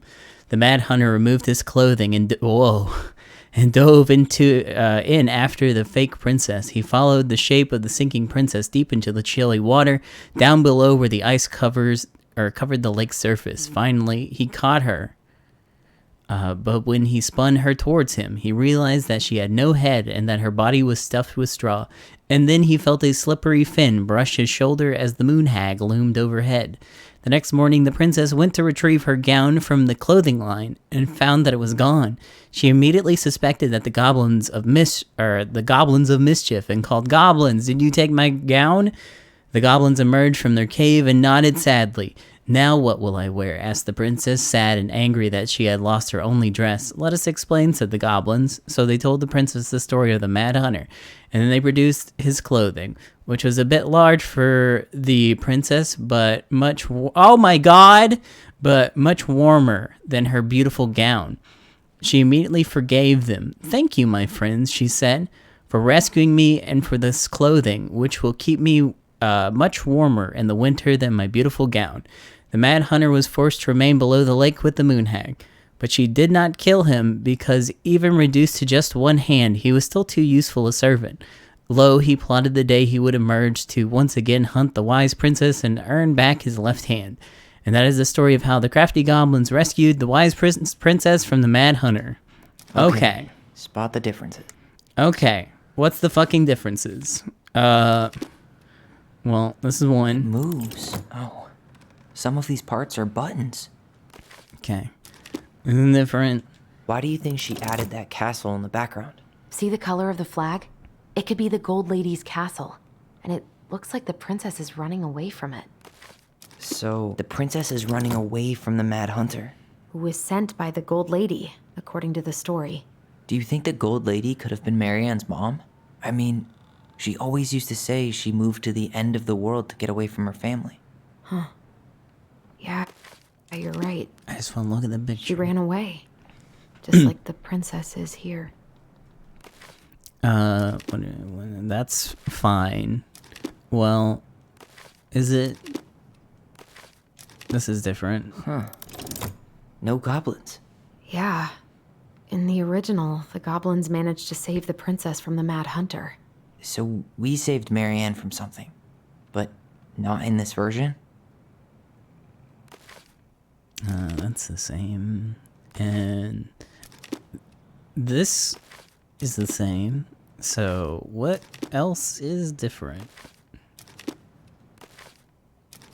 Besides the whole scale of the image.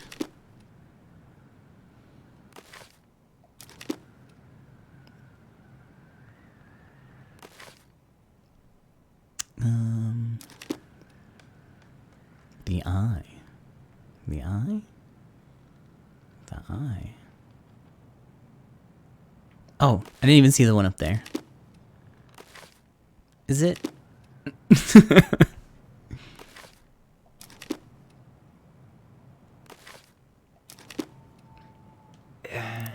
It's not the same title, so I guess that counts as a difference. That's it. Oh. Whoa. What's in there?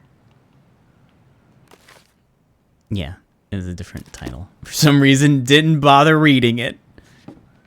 Whoa, cool. What's this? Pictures, letters. Have you ever seen any of these? All the pictures of Marianne I've ever seen were the ones hanging on the walls. Let me steal this. The Gold Lady. That was definitely her mom. So, did Marianne grow up kinda rich? Maybe. Would have been nice to have some of that. I can't believe she was a ballet dancer. Marianne. And a good one, too. God, that's so not her.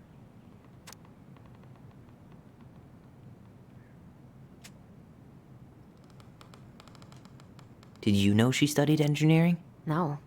But it looks like she changed her major to visual arts. I don't think she actually got it changed. The paper's not signed and it's all wrinkled. Like someone tried to throw it away.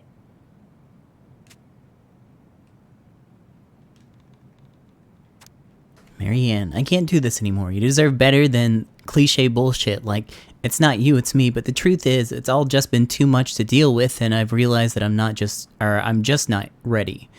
Maybe if we could have dealt with all of this on our own without your mom constantly putting pressure on us, things could have been different, but the damage is done, and it's probably too late for that now. I'm so sorry. You're an amazing person, and you made me a better man. I hate myself for doing this, but I feel like we'll both be better off apart. There I go with the cliches again. Please don't ever stop being who you are. Here, but I'm gone. Brent. Could this guy have been any more cryptic? You think the guy with her is Brent? From the letter? I would guess so.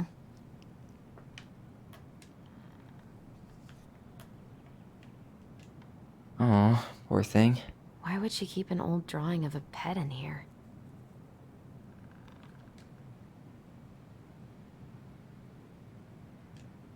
Wow, I don't think I've ever seen a picture of her that young. I think that's her mom in the background. Oh yeah, maybe. Tyler, see that little light?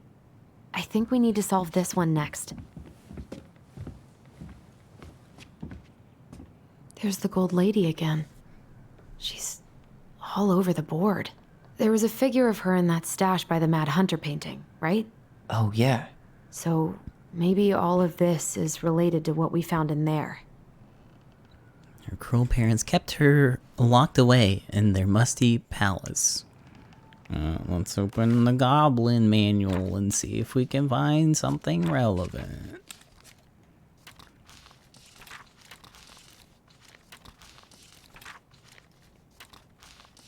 No? Hey, I can move the piece next to the gold lady. All these pictures. They look like images from Marianne's life before Delos, don't they? Well, some of them do anyway. Maybe that's it then. We need to figure out which ones are real?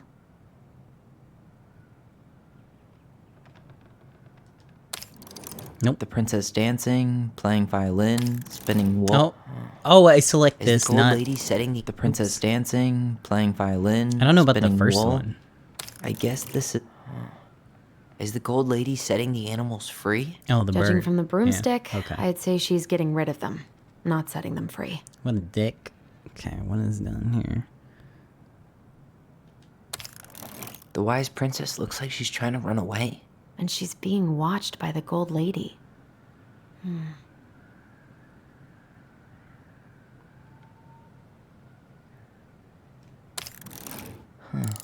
What's the gold lady do? Is that it? It's opening. I didn't want to read that anyways.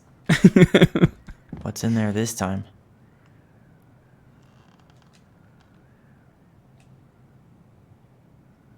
Is that Carol? Yeah, and Sam. Look at him. He's so young and happy. Wow. She worked for a watchmaker in Juneau before she moved to Delos. No wonder she was so handy.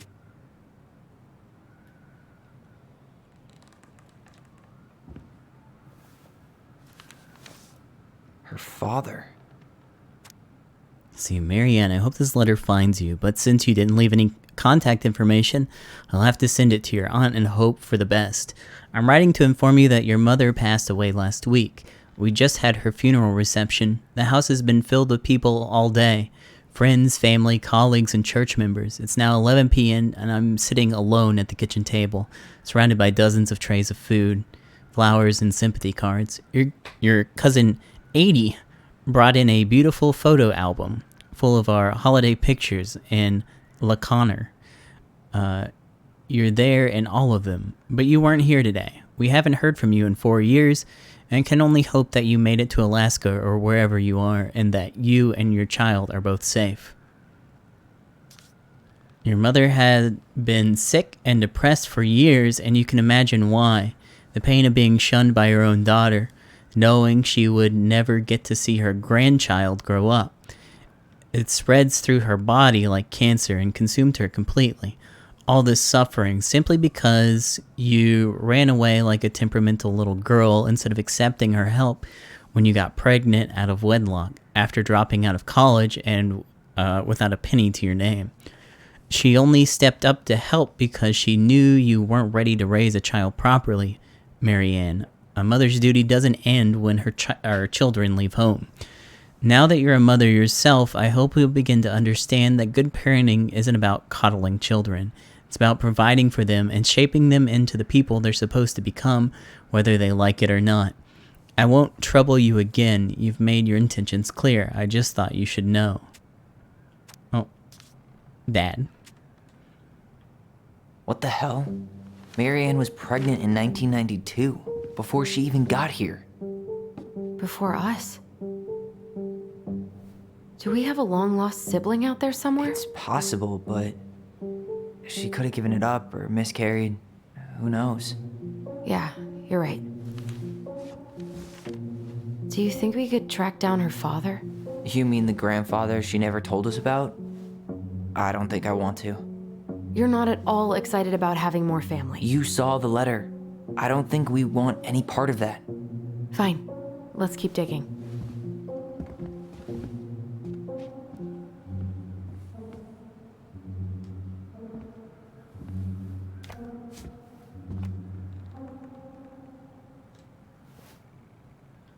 Salmonberry Park. Huh. Is that some kind of commune? Looks like it. So weird to imagine her living in a community like that. With, other people. The weirdest part is how they all seem to love her. Where was prom queen Mary Ann when the whole town was turning on us?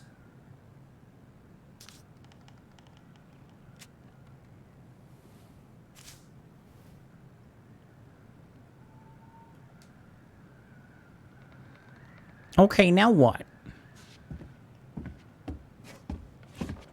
This just lit up, so I think we're supposed to try this one next. What's this? Some sort of map? Let's see, one day she took her tiara and ran away to the forest. Did you just give me a sliding puzzle? This looks like a dinner party with the old bear and the very old beaver. Okay, good. Thank goodness.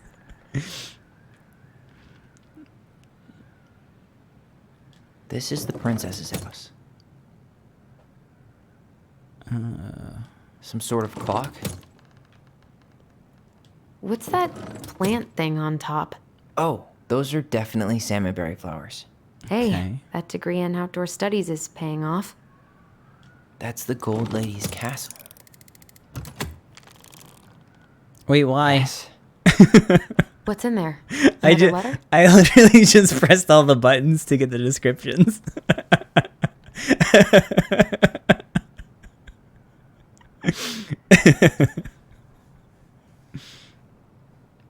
Oh well. The princess's loss. Is this from the Book of Goblins? Not that I know of. Well, sure looks like it could be. And the princess is lost. Once upon a time, in an ancient deep forest, there lived a wise princess in a big wooden house. She made it through the woods and to that house with nothing left but the clothes on her back and a single item from her old life, a splendid tiara. She lost almost everything in her desperate flight from the mad hunter. The trees tore the rucksack from her back and shredded her dress and left a pattern of red welts on her skin. But through it all, she clutched the tiara close to her chest, fearing any misstep could cause it to fall from her arms and break.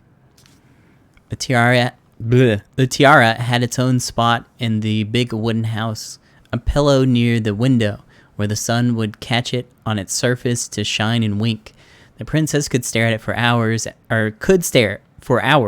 the tiara, marveling at its beauty and running her thumb down its curves. Every morning she would wake and she would tend to it, polishing its every surface to be sure it shone as brightly as it possibly could. And then she would pluck it up, place it on her head, and walk the woods, feeling somehow more complete. Because what, after all, was a princess without a crown? Every night she would place it on its pillow, give it a quick kiss, and go to bed. On her way, she would pause and glance back to be sure that it was still there. She hated to be separated from it because she knew that it was safest on the pillow while she slept. But can't fucking read.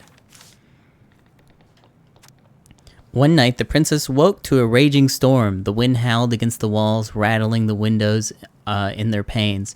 Fearing a gust might burst open a window and blow the tiara to the ground, she plucked it from its pillow and brought it to the bed with her.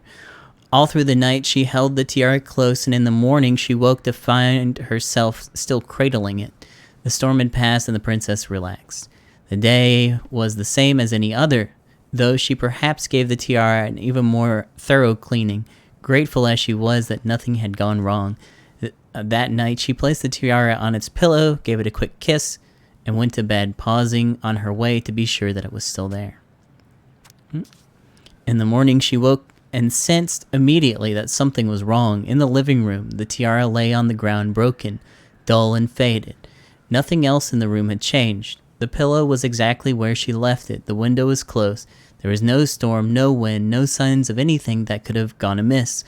Only the broken tiara, mute upon the ground. She picked it up and held it in her arms with a guttural cry. But though she tried to fix and polish it, it was gone, beyond repair, and with no shine left. Button. Oh, that's it. Was there another page? Oh, there's another page. The princess held the tiara throughout the day, through the day and through the next night, sitting in the same spot at the window where she used to polish it. When the sun rose, she looked outside, and her gaze fixed on a sapling. She remembered how the sapling had survived the winter, clinging to life despite the frozen, unforgiving earth.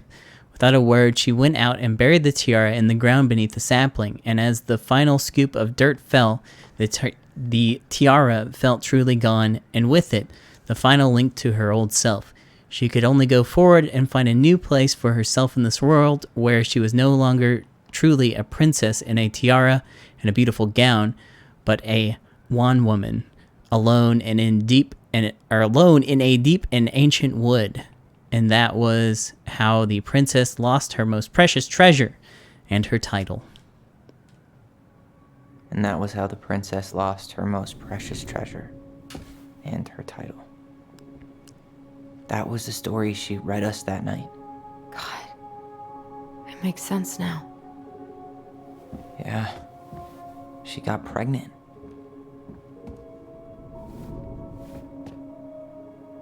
And she ran away to start a new life.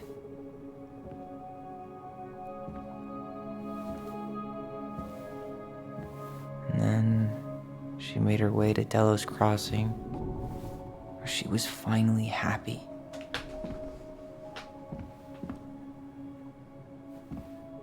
But then the baby died.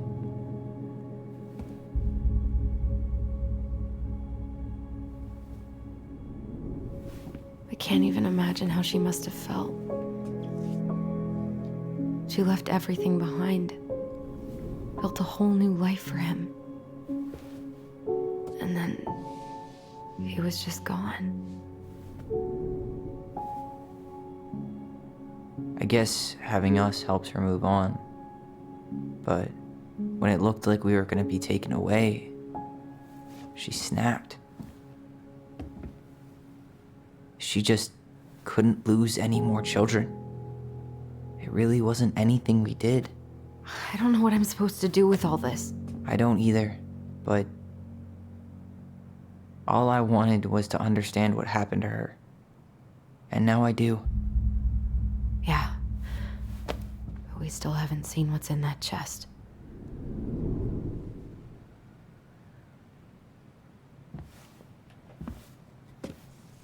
Okay, so how do we open it? The princess lost her most precious treasure. That's why it all happened. I still can't wrap my head around it. Smash it. That wouldn't be any fun. Hold on. Is there a thing in here? No. It's not looking good. Uh-oh.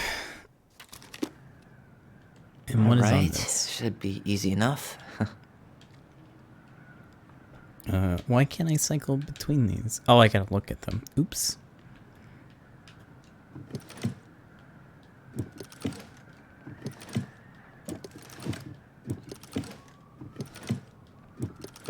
Dang.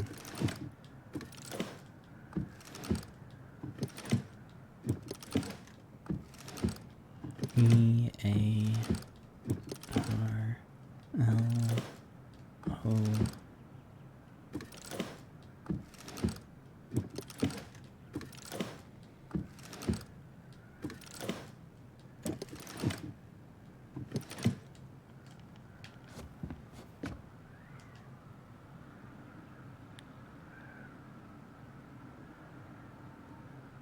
There you go, Stalwart Moose.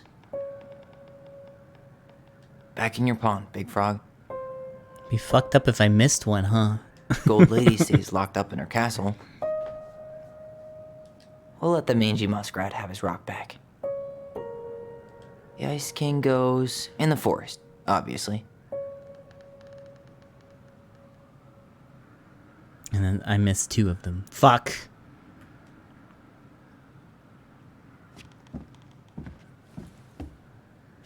Oh, there's more to miss over here, though. Crafty goblins go here. Moonhag's gotta be imprisoned in her lake. That's the pious pelican spot. Frick! Aw, man. Yeah, I'll have to play again. Should be easy enough. Oh man, I was so close, huh? There we go. And it's open. Right? Right? No. Why don't we just break this open? There's a crowbar right downstairs. What? No. You don't want to try and figure out what all this means? I'm so done with her riddles. There, she finally found happiness.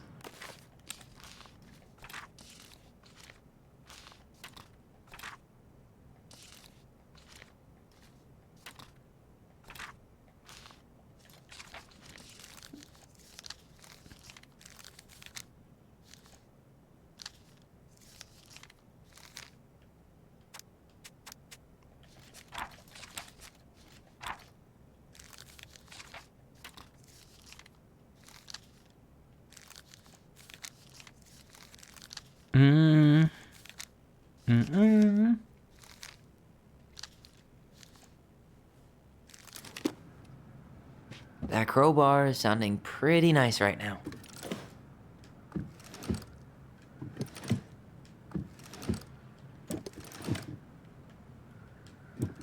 Overthinking.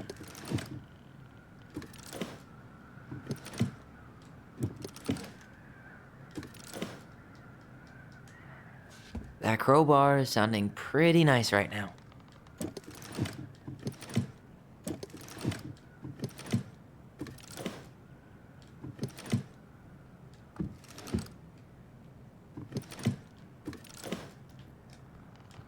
Crowbars sounding. The princess lost her most precious treasure. That's why it all happened. I still can't wrap my head around it. I already saw the answer. Oh, I did.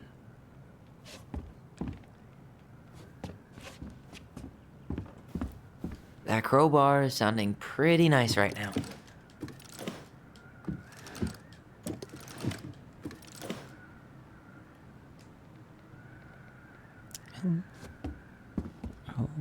E. The princess lost her most. That crowbar is sounding pretty nice right now.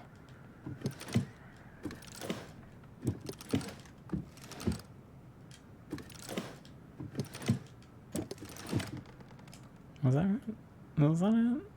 Oh no, E is green. Oops. Oh, it's yellow. That crowbar is sounding pretty nice right now.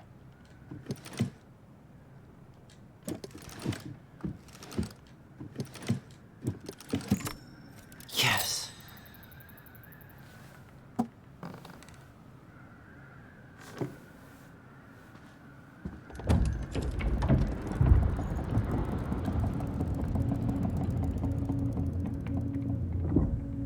Whoa. Did it just get darker in here? No, it just got bluer.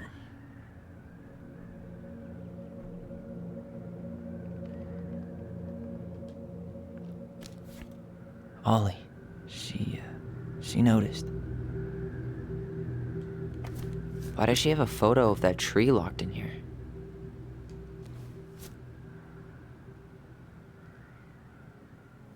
I didn't get to read the first one. Leo Ronan.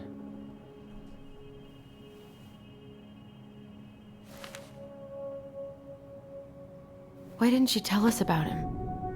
Why didn't she tell us any of this? I mean, it's fucking terrible. That's why. Allie, did we do the right thing opening this? We did. It's better we know what happened, even even if it's hard. And there's one more thing we need to see. Are you sure? Yes.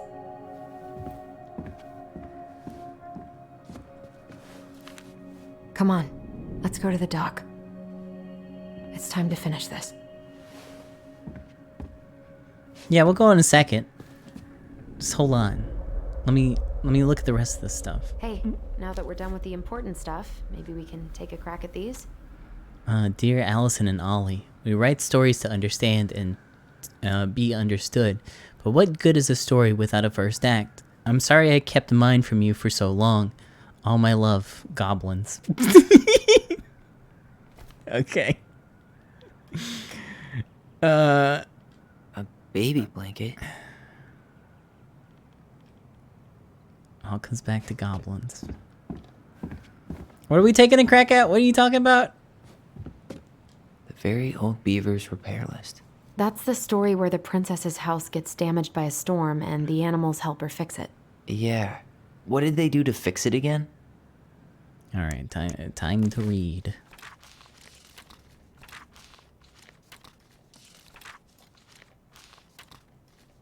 The beaver fixes the house. Did we read this one? I feel like at some point I did. Oh well. Once upon a time, in an ancient and deep forest, there lived a wise princess in a big wooden house. One night, a particularly violent storm shook the house. It shook the shingles on the roof and the planks in the walls. It even shook the beams on which the house stood, blowing the whole thing near to the ground. The princess hid in a closet, fearing the house would come down on her as she slept. In the morning, the house was still standing, but it was badly damaged. The storm had blown shingles off the roof, planks off the walls, and bent a post upon which the house stood. The first two things she could fix, but the last concerned her. What will I do? Despaired the wise princess, for though she knew many things, did not know how to fix the big wooden house. Just then, the old bear came by to see if the princess had any trouble in the storm. When he found her nailing planks back into place, he said, "Stop, princess, let me do that for you." "I'm happy to do it," said the princess. "But if you want to help with the roof, you may." When the pair were done with the roof and the walls, they examined the bent support post. "I could throw my body against it," said the old bear. "I'm very large." He stretched up onto his hind legs, being sure the princess could appreciate how large he was, and then charged straight into the post. He threw his body against it with an impressive thud. The impact moved the post, but too far, and it ended up bent in the other direction. The wise princess decided more precision was needed. She thought then... Sorry, just something weird happened. What happened? She thought then of the very old beaver who kept an excellent crafted dam. Perhaps she can help. She went looking for the very old beaver and found the industrious animal hard at work, slapping down mud on a part of her dam that had been blown apart in the storm. Most of the structure was unharmed because the beaver was very good at building things. The princess knew she had come to the right place. "Beaver," she said, "my house was damaged in the storm. Could you help me fix it?" "I believe I could do that, yes," said the very old beaver, and she paused at fixing her own den to follow the princess. The very old beaver examined the big wooden house and nodded. "It'll be an easy fix," she said, and she set about righting the post with loud slaps of her tail. When she was done, the wise princess stroked the beaver's head. "Thank you, beaver," she said. "The wind blew the shingles off the roof and the planks off the walls and even bent this post. Now, thanks to you, I still have a home." Think nothing of it," said the very old beaver, who returned to work on her own den once again. That winter, the very old beaver grew ill, very ill. She was not able to fix her den nor to gather food. When the princess found out, she set about delivering meals to the beaver. She brought stews of corn and beans and baskets full of bark and twigs from the beaver's favorite aspen. One day, the wise princess noticed that the beaver's den had begun to fall apart. She set about fixing it and thought she was not as though she was not as talented as the very old beaver, the fix kept the creature warm and dry. "Thank you," said the very old beaver. Of course, said the princess. You've helped me when the storm blew my house near to the ground. Thanks to you, I still have a home, and I'm happy to do the same. The princess continued to nurse the old beaver until the day she came to the dam and the forest was still. No birds sang, no branches rustled, no small things skittered within the underbrush. Oh, said the princess, staring sadly at the dam, for she knew the old beaver had passed. Goodbye, my friend. And this is how the very old beaver saved the big wooden house, and how the wise princess repaid her kindness. Okay. I guess we'll fix the things. She slapped the post with her tail to right it. She fixed the roof shingles. She fixed the planks that... All right. Damn. That must have been rough on Eddie. Yeah, he doesn't really like to talk about her. Let's see, Dear Mary Ann, you cover your ears every time I try to have this conversation with you, so I thought I'd have a better chance doing this in a letter. I know you don't like saying goodbye, so I'll keep my melancholic rambling short and sweet. I want to thank you with all my heart for taking care of me for these past few months. I can't even imagine how exhausting it must have been for you to look after a sick old lady when you also have 2 small children at home. I know you want me to keep fighting, I know you want me to keep fighting this disease and hoping for recovery, but it's always been a great strength of mine to know when it's time to let go, and that time has come. I'd like to ask you one last favor. Please take care of Eddie after I'm gone. My poor boy put on a brave front ever since his father died, but I know he's in pain. I would be so much more at peace knowing he still has family. Maybe he could teach the kids how to fish. He loves spending time with them. Thank you for the warmth and the peace you brought to my life. Give the kids a kiss for me, will you? Carol. Oof. The crafty goblin's good deeds. Of course. The goblins had to help out the creatures of the forest to pay off their debt to the pelican. Well, what did they do? You know, I don't really remember. I guess we'll have to read it, huh?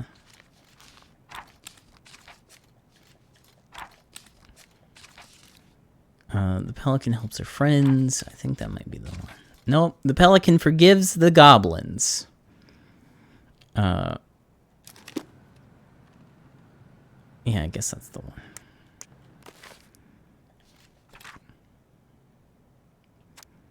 The pelican forgives the goblins. Once upon a time, in a deep and ancient forest, there lived a pair of crafty goblins in a cave below a big wooden house. They lived with a wise princess who shared as much food with them as she was able, but it was never quite enough. This left the goblins hungry, very hungry, always hungry. One day, as they were out foraging for food, the pious pelican landed on a rock and dumped a smorgasbord from her beak, which the goblins knew was magic and never emptied. There were king crabs in red, blue, and gold and scarlet, veiny blue shrimp, pink shelled scallops, oblong brown clams, purple spiny urchins, and even one prickly red sea cucumber. The food just kept coming. They watched as the pelican ate one clam and then took a nap. Do you think she would mind if we took just a little? Asked one of the goblins to the other. Her beak never empties. She won't possibly miss a couple of crabs, said the second, licking her lips. They were agreed, so they crept over, filched some crabs, and ran. The goblins scarfed the crabs, but when they finished, they found that they were still hungry. She won't miss a handful of shrimp, said one goblin to the other. The goblins scarfed the shrimp, but when they finished, they found that they were still hungry. Maybe a few scallops, said one goblin to the other. The goblins scarfed the scallops, but when they were finished, they found that they were still hungry. So they went back for clams, then urchins, and finally the sea cucumber. Finally, they were not hungry. But there was also nothing left. But then the pelican woke up. What happened to my food? She asked. Unable to lie about it, the goblins confessed their crime. The pelican was dismayed, but she was she was a charitable-hearted bird, and she could tell the crafty goblins were growing little creatures. Goblin, said the pious pelican. I will share my food with you, but you must, in return, follow my example and be as generous with others as I am with you. Take that to heart, and I will have considered your debt paid. But we have nothing to give, said the goblins. You have your nimble hands and your crafty brains and your loving hearts, said the pelican. The crafty goblins realized how much they had to give, and for the rest of the day, they looked for ways to help the other creatures of the forest. They found the stalwart moose struggling with an itchy, hard-to-reach spot on his back, so they climbed up and gave it a good scratching. Next, they helped the old bear, who could not get the honey out of the narrow beehive. They climbed up to the top of the tree with the hive, and they dropped it, cracking it open. Finally, they found the princess crying over a loss she could not speak about, so they wrapped their little arms around her in a great big hug and stayed until she felt better. When they were done, they called to the pious pelican. Did it feel good being as generous as I am? Asked the pelican. It did, said the goblins. I'm glad, said the pelican. We all have problems that we can't solve on our own, but if everyone goes about with generosity in their hearts, then there is always someone on hand to help. But we all must commit to do so, or there may be no one there to help you when you need it. This made sense to the goblins, and they thanked the pious pelican for her food and the lesson. Of course, by this time, they were hungry again, and that remained an ongoing problem until the day the stalwart moose taught them to fish. But that is another story, and that is how the pious pelican forgave the crafty goblins, and how she taught them charity. Okay. Moose, scratch. They gave the stalwart moose a good scratch on the back. Drop beehive. They broke open the beehive for the bear. Hug. They hugged the princess when she was crying. And fuck those other guys. Our lives would have been so different if their friendship hadn't gone to shit. See, the Pelican Crossing is a specialty gift boutique located near the O'Shea Glacier, catering to Gastineau Channel tourists as well as Delos Crossing locals. We specialize in an assortment of high-quality products from home accessories, handmade souvenirs, to personalized apparel and locally made art. The Pelican Crossing will be the first store to act as a relay between the buzzing arts and crafts scene and customers. In addition to a wide array of novelty handcrafted products, the consumer will enjoy friendly and knowledgeable customer service from the Vecchi store co-owner, Tessa Vecchi, and up-and-coming artist, Mary Ann Ronan. This business plan is prepared to obtain financing in the amount of $20,000 to purchase inventory and to help cover expenses in the first year of operation. In year one, the Pelican Crossing plans to break even, and in year two, we plan to generate a moderate profit. Working on the executive summary part of our business plan. What do you think, Tessa?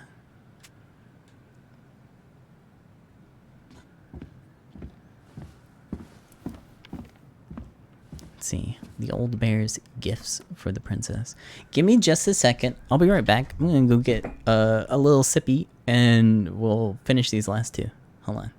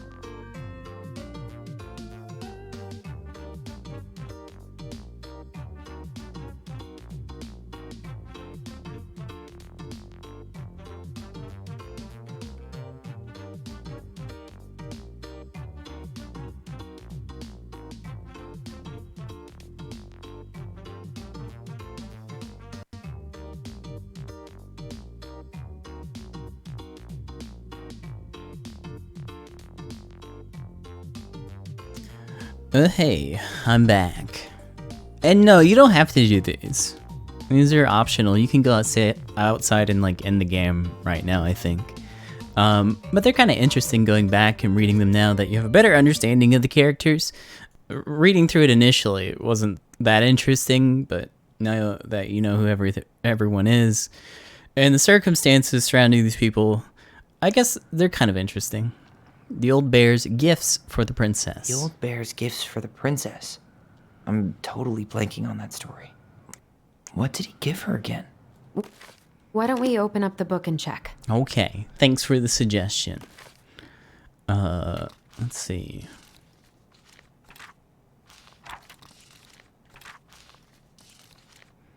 The Bear and the Princess. Once upon a time, in the ancient and deep forest, the old bear stood on the bank of the river, swiping at salmon on their way to the spawning grounds. As he'd got his paw on a particularly fat one, he heard a woman shouting for help. He considered simply eating his salmon, but then she screamed again, and he lumbered over to investigate. After a short walk, he found the princess clinging to the top of a tree while a wolf snarled and snapped at the base of the tree. Old Bear would normally not get in the middle of such a situation. After all, as a fellow predator, he understood the wolf's need to hunt. And when he saw the princess, he was struck by her beauty and he knew he had to help. With a great roar, the bear heaved onto its hind legs, rising to his full height. The wolf snapped and snarled in his direction, but the bear roared again and the wolf took off into the trees, tail between his legs. The old bear fell back down onto all fours and stared up at the princess. She regarded him fearfully. "You can come down," he said. How do I know you didn't save me so you could eat me yourself?" asked the princess. "I suppose that's a fair question," admitted the old bear, "but I promise I won't eat you."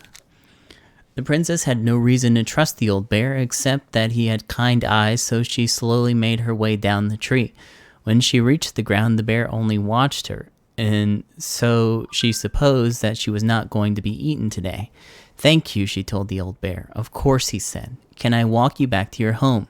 "Of course," said the princess. And so the princess and the old bear walked together through the forest back to the big wooden house.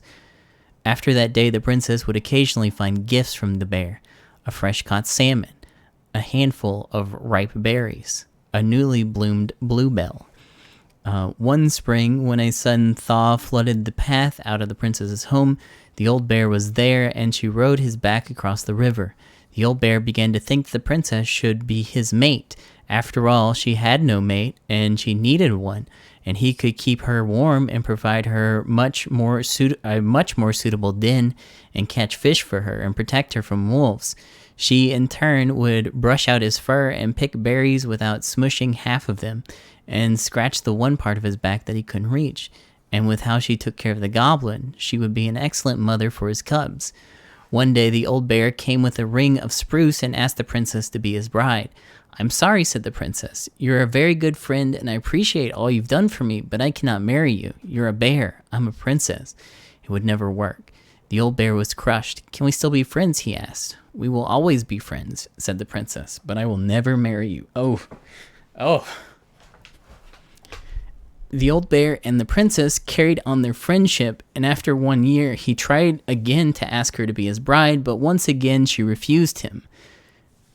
This happened 1 year later, and 1 year after that, and then finally the princess said, "Old bear, you are my dear friend, and I appreciate all you've done for me, but I would sooner you have left me to the wolves than marry you, and that is how it will always be.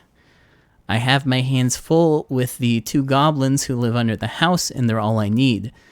That wounded the old bear deeply, but it was finally enough to stop his proposals. They remained friends, and he continued to give her gifts of salmon and ripe berries and newly bloomed bluebells, but the old bear never again asked the princess to be his bride, much as he might have wanted to. And that's how the princess befriended the old bear, and how she refused him. So we need some salmon. Fresh caught salmon? And some fucking berries. Is that them? Some roses, maybe? No, put that back. Or not.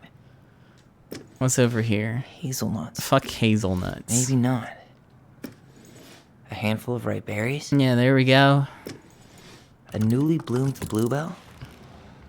Nice. Man, he had it bad. Just couldn't let go. Sorry for the note under the door like a prison inmate. You okay? I stopped by and rang a couple times this week, but you didn't answer. I could see the light in the hayloft, so I figured you were in, but didn't want to talk. I hope I didn't ruin everything. I know I probably came on kind of strong, but the thing is, I don't know how to talk to a woman like you. You are strong and kind, and you know so much, it's hard for me to know how to keep up. I guess all that went to my head, but I want you to know that I got the message, and I'm gonna get out of your hair now, and there doesn't need to be any bad feelings. We can pass in the street and say hello or not. It's okay. P.S. I noticed your car was leaking, so I put some sealant in there. You might need to take it to the shop, though. Let me know if you want me to come with you, because sometimes the guys will try to rip you off. If not, no big deal, Sam. I'm glad you teleported to the next spot. The crafty goblin's loot. That's from the princess and the two thieves. I drew the original. And I distinctly remember drawing that cake, which is arguably the best part of that illustration. All right, Picasso. And you probably remember what the goblins stole in that story, huh? I don't think we read this one. The crafty goblin's loot. Let's find it.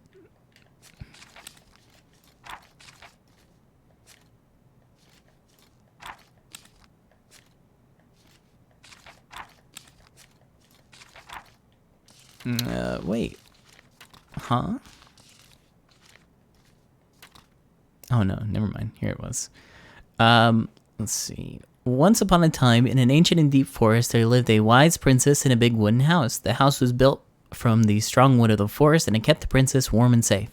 The princess was not a native of the forest, but she never spoke about where she had come from, for it made her cry. She did not have many friends, but that was how she liked it. The forest was big and deep, and many paths led to her house, but not many visitors passed by. The princess was happy to be left alone in the big house in the deep forest. She knew that the forest would provide for her, but that its generosity had to be respected, so she only took what she needed.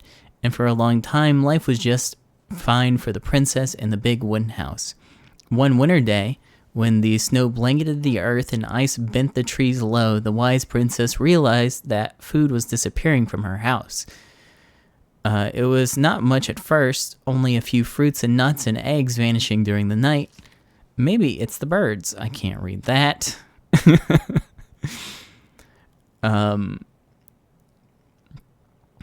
Maybe, let's see. Maybe it's the birds, she said, or the mice. And for a time, the princess was okay with losing some food, for the winter was long and little creatures needed to eat too. But then small items started to disappear as well. Spoons, plates, forks, and knives, and blankets. It was as if every time she was in one part of the house, something disappeared in another room. There can't be birds or mice, said the princess. I think I have a thief. So she went outside to look for traces in the snow and noises in the wind, but there was nothing to be found nor to be heard.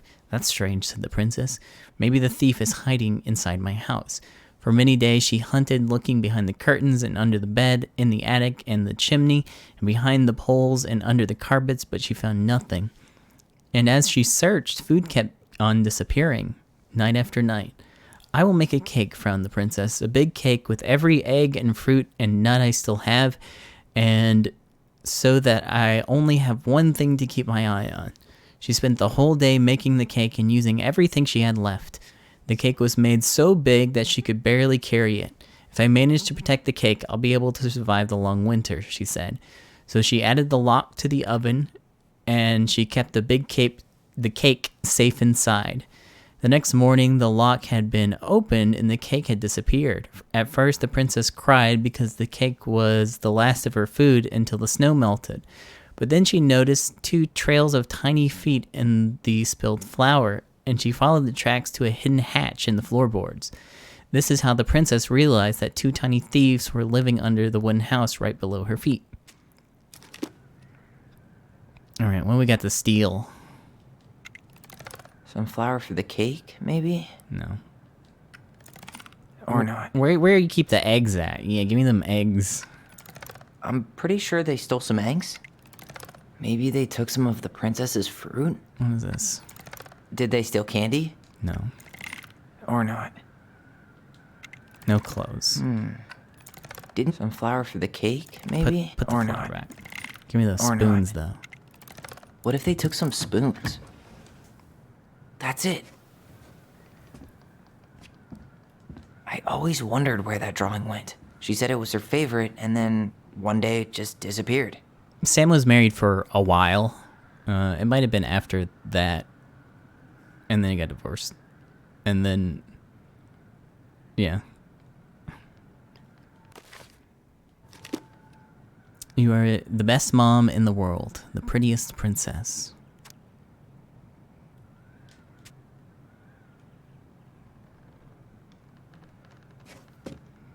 I think that's it. You really want to go? You sure we've seen everything? I think that's it. Let me double check. I guess we could stay a little longer if you think there's more to find. I don't think there's more to find.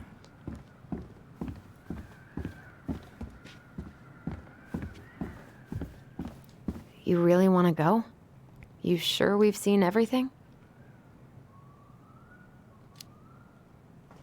Either way, I'm ready for this to be over. Me too.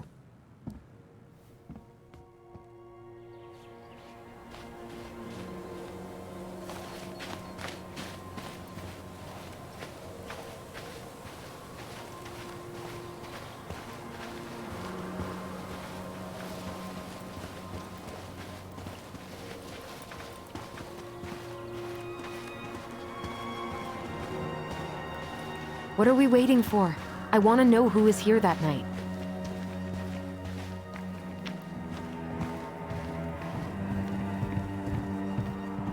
Let's try and remember who Marianne was arguing with.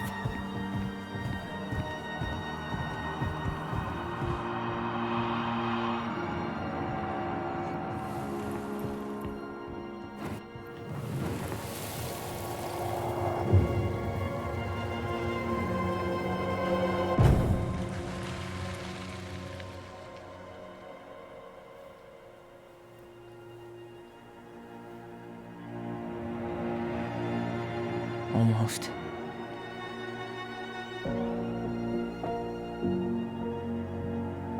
Oh, fucked up.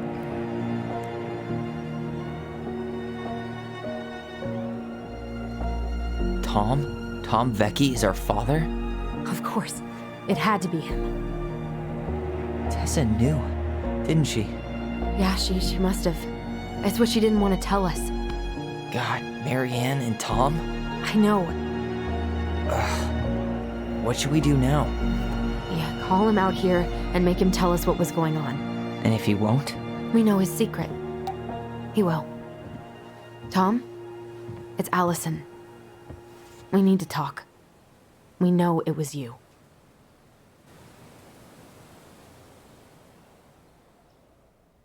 I guess that explains a lot.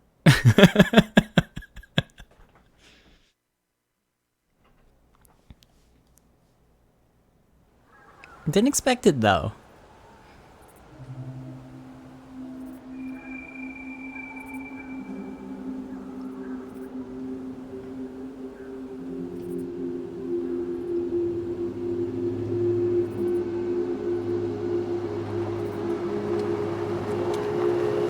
Let me take the lead on this.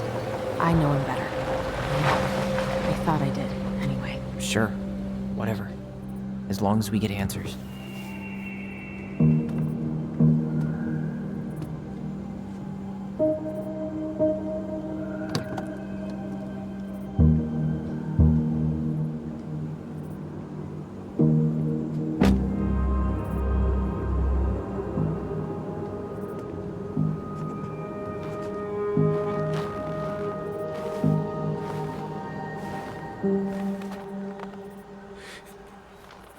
Kids, listen. You're our father.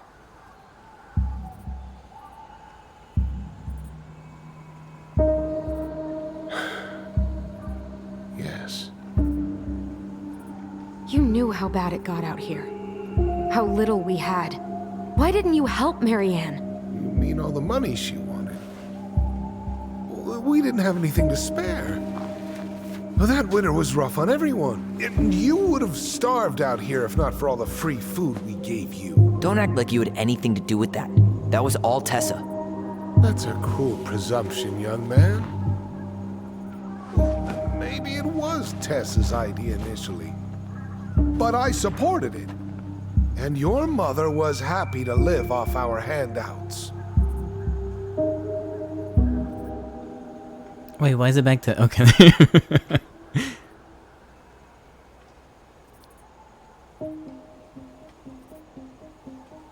Well, I feel like one of those is worse than the other. You were here that night. You saw Marianne and Tyler. Why didn't you help? I know it wasn't my best moment. But she threatened my life. So you just decided to let her drown? I didn't decide anything.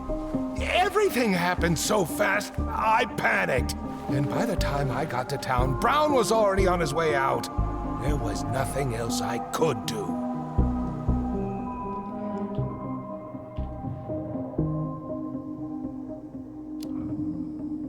So what do we do now? We tell him he's got to fix the mess he made, one way or another.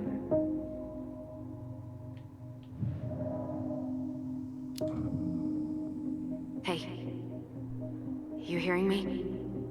Yep, sorry. I'm trying really hard to keep myself from punching him in the face. Does he really expect us to believe there wasn't anything else he could have done that night? I don't know, Allie. I'd rather not think about it.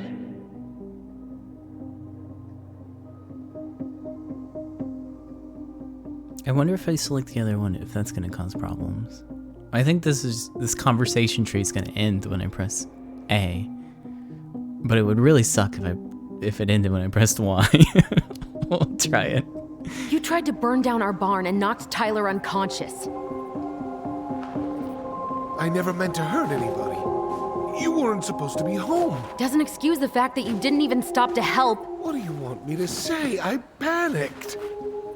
I was terrified that this whole thing was going to blow up in my face. I had to do something. Okay. Good. I was afraid it was going to end there.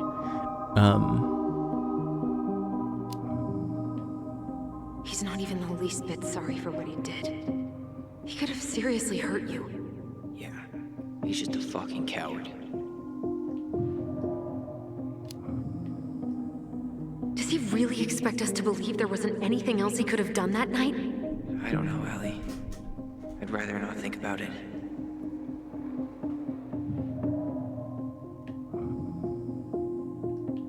I wonder if this has changed. Hold on. That's never happened what do we before. do now? Okay.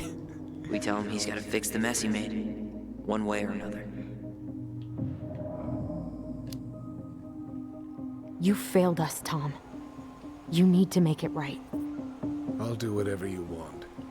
As long as none of this gets out. Excuse me? You want me to pay for my mistakes? Fine. But please, Tessa can't know. This'd kill her. Tessa already knows, Tom. No.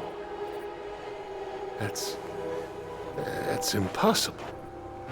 It never occurred to you the reason Tessa cut Marianne off was you? But she never said anything. Oh, Lord. You should try talking to your wife. Maybe if you had, we wouldn't be in this situation. And maybe Marianne wouldn't be dead. Oh, come on. You of all people should appreciate how troubled Marianne was. She was unhinged. Something like this would have happened sooner or later. All right, you lost me, Tom.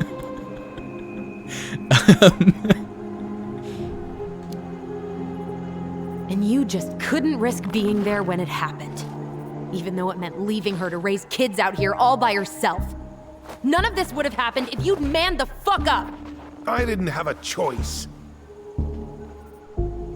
I know it shouldn't have happened. But Well, your mother was a very pretty woman. And she'd been so many places and done so many things. The way I always thought I would have. I got caught up. Love made me a fool. Look, I made mistakes. But this will not go any further than the three of us. Why? We know. Tessa knows. Marianne's dead. There's no point in hiding it anymore. He's afraid it'll tank his campaign. Am I wrong? Jesus, Tom. I've kept your secret all these years. I don't want to go spilling it. But I will if I have to. What? Yeah. Your little story about self-defense. I've never told anyone how Marianne really died. That night, I came out here because I was worried about your mother.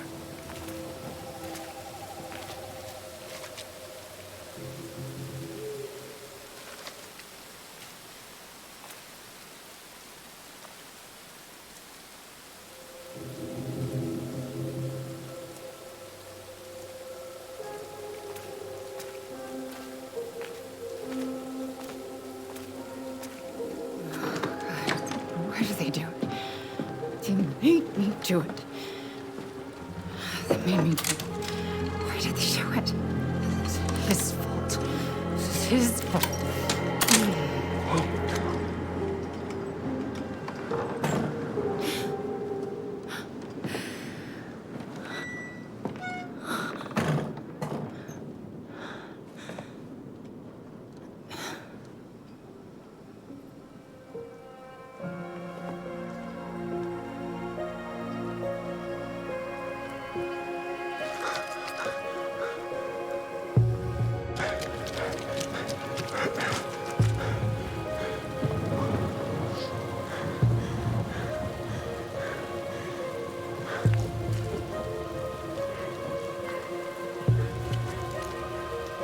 Manhunter.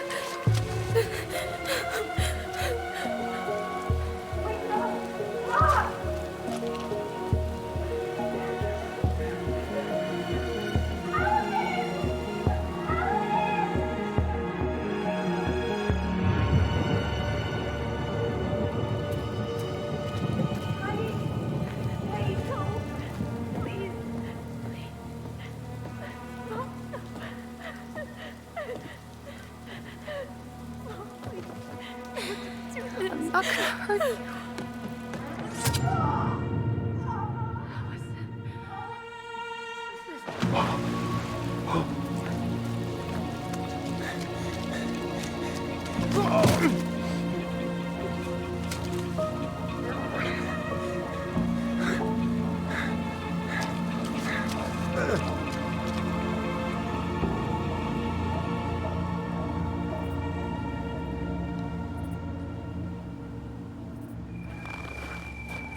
No! No way! You're a fucking liar! I saw what I saw. Ugh! You're manipulating us just like you manipulated her! Tyler! You're not listening to this, are you? Be smart about this, Allison. Are you sure you want this to get out? You've got way more here to lose than he does. His name will be all but clear, but you'll be a killer. What will your uncle say? And Michael? Well, the whole town might turn on you. Don't touch her. You know I'm right. Just get out of here, Tom. Tyler and I need to talk alone. Just please. Think twice before making any rash decisions. There are a whole lot of lives at stake here. Leave us the fuck alone. And never come back. Alright, Allison, it's now your turn to kill a parent. Or sorry, Tyler. Sorry, I fell for the lie too. Allie, you okay? You didn't let that asshole get to you, did you? Did you? What if he's right? I've been having all these nightmares about that night, and they were a lot like how Tom said. And now, when I try to remember, that's all I can see.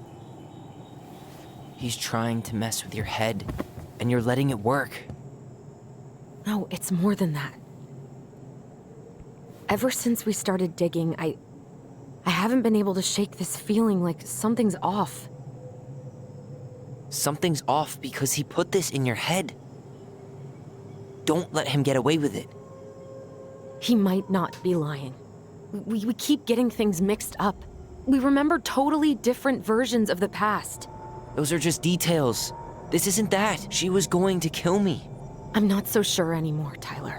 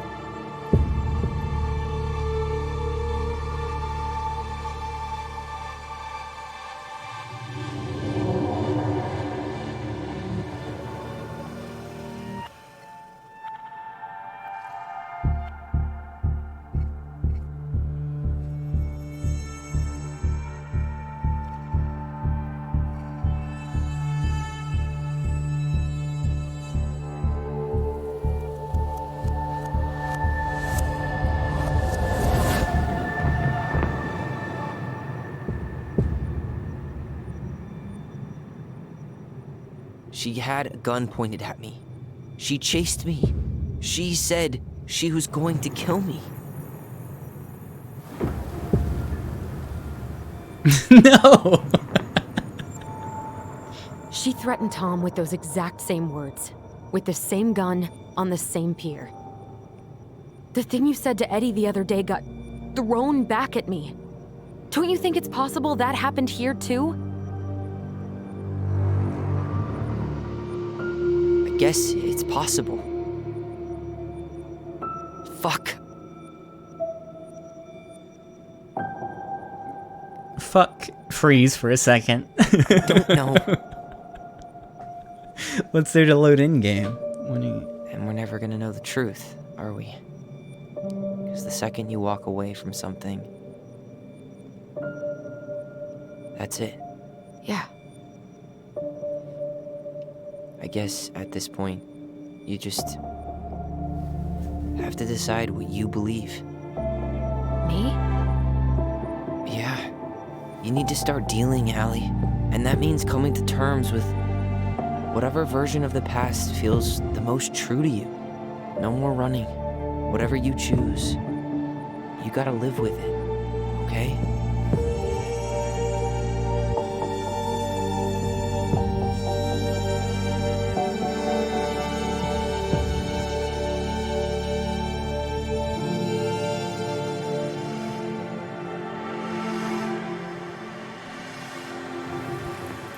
Believe Tom's version.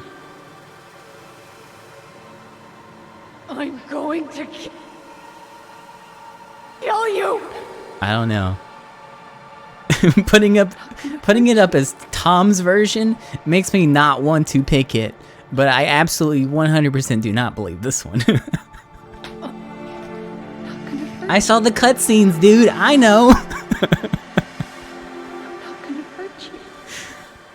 But saying that it's Tom's version kind of makes it suck. I'm not gonna hurt you. I'm not gonna hurt you. I'm going to kill you.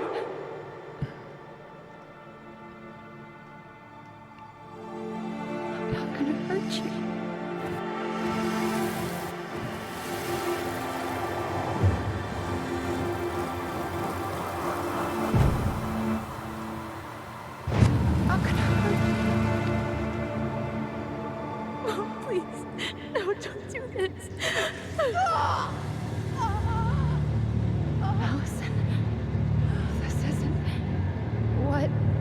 I don't know. The other version is just dumb. She was going to kill herself. Just herself. You interrupted her and we got confused. Are you sure? Yes. That attic. Tyler, that was meant for us. It was our way of explaining what she was going through. I made a horrible mistake. Hey, it's okay. I'm here.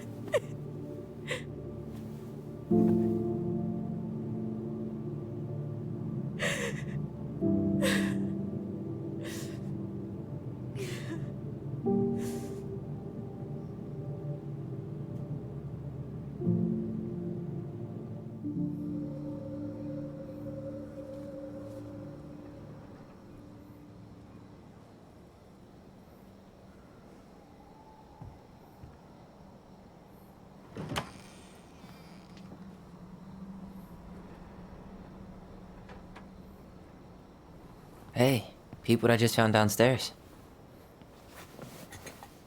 What do you think? Will it have aged well, or just gone bad? I think now is probably not a good time to drink.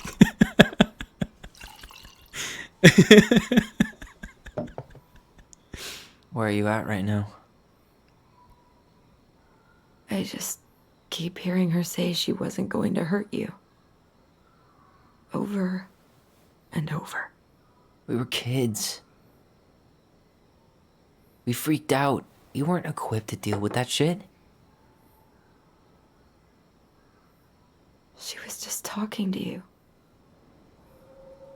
And I killed her. Stop.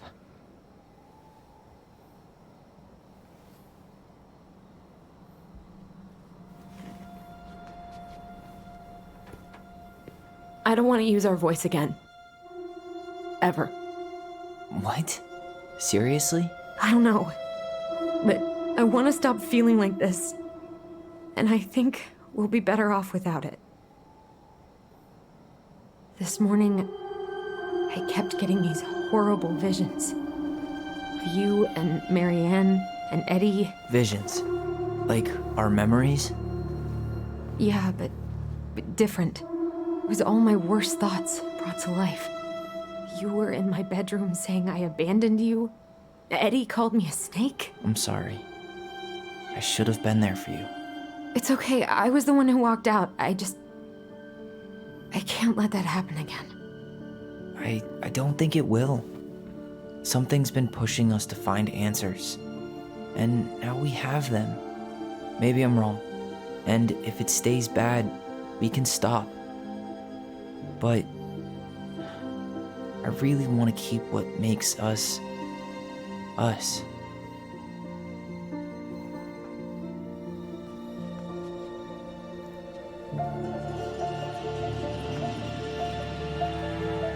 The Mad Hunter was forced to remain below the lake with the Moon Hag, but she did not kill him. because even reduced to just one hand, he was too useful a servant. Lo, he plotted What do you the day think? he would emerge. Brothers and To sisters? once again hunt the wise princess and earn back his left hand. Always. And that is the story of how the crafty goblins rescued the wise princess from the Mad Hunter.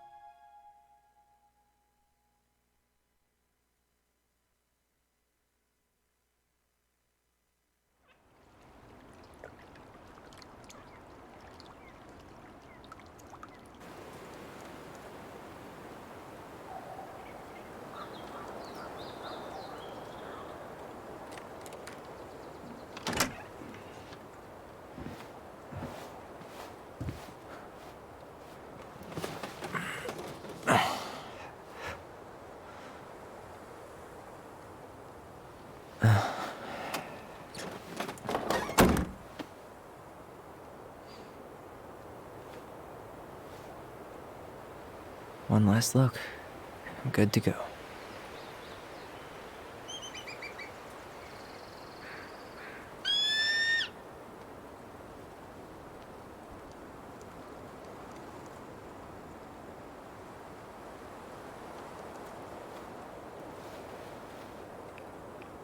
Man, I wish we could go back. Hey, it's me. Hey, me. House is empty. I'm getting ready to head out. So, last chance. Is there anything you want me to do while I'm in town? Listen, Ty, you're dropping off the keys with Tina, right? Yep, gonna leave them at her office on my way to the ferry.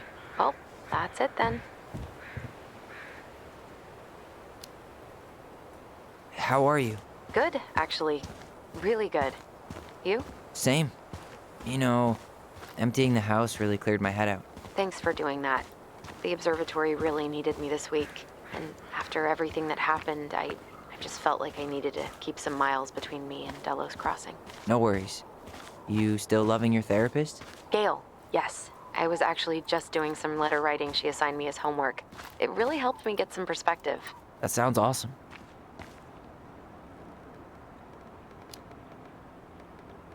Did you see the article I sent you about Tom losing the election? Ah, yes. I saw your message right before derby practice, so I didn't have time to read it. But I did cackle at the headline. Did you picture Tom's face whenever you went in for a block? No, but that is a great idea. Anyways, I'm glad Tessa finally left his ass. Karma is a bitch. How's Juneau? Big and full of people, even without tourists. Michael's been writing up rules for the apartment. I need your support against his whole food policy. Just refuse to sign anything until I get there, okay? Okay, but you better hurry. If he gets his way, we'll only have one small shelf for junk food. What? I'm gonna need like twice that just for snack cakes after my surgery next month. I know, right? This cannot stand.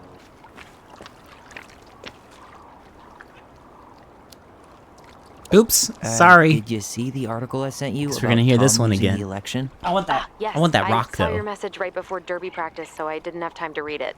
But I did cackle at the headline. Did you picture Tom's face whenever you went in for a block? No, but that is a great idea. Anyways, I'm glad Tessa finally left his ass. Karma is a bitch.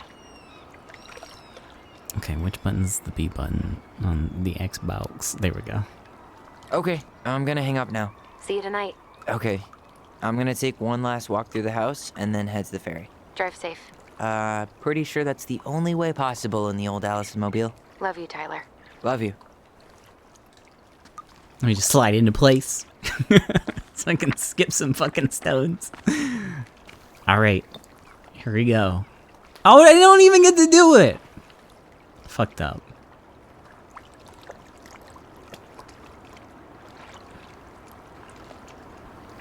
The stones aren't even named. What the fuck? Yeah, just like DP2. Oh man. I'm gonna confess, I absolutely love this game. I thought it was going to devolve into like some supernatural stupid schlock. But actually, it turned out to be a very, very sad story about how grief and depression and mental illness suck, and sometimes you don't win.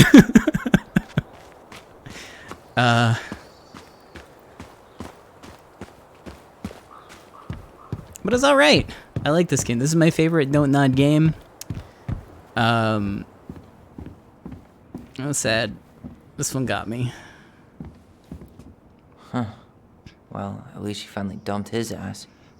Dearest Tyler and Allison, I'm writing this letter from Juneau International Airport while I will soon board a plane to Manila on a missionary assignment. I apologize for not coming in person to say goodbye, but I was called to make this decision alone and to carry it out on my own as well. I am sure you understand that sometimes we must follow without question the prompting of the Spirit. I will not be coming back to Delos Crossing for some time. Before I go, there is still something I must confess to you both. Perhaps because I have never found the strength to confront my husband, I have never been able to forgive Marianne for her betrayal. I truly did love you both like my own children, and I always tried to forgive your mother for her unapologetic lifestyle. But when I discovered that you were the fruit of her affair with my Thomas, I wanted her to suffer like I was suffering, and I brought down on your house the wrath I never dared allow to unfold in mine. I have been deeply ashamed all these years, and I'm surprised how much better I feel with it out in the open. The greatest thing about the truth is the peace it brings to your life. I hope you can find it in your heart to forgive me. You have taught me once again how love will bring you further in life, something that Mary Ann had been trying to show me all along. Take care of each other always. In his steps, Tessa.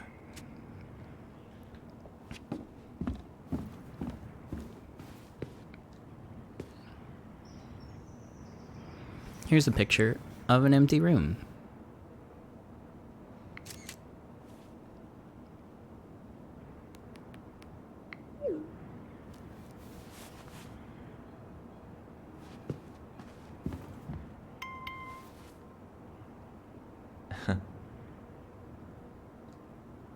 On top of that, it's also been the least cringy, which I guess could probably be a bad thing for most people that enjoy Don't Nod games. I'll ever have to.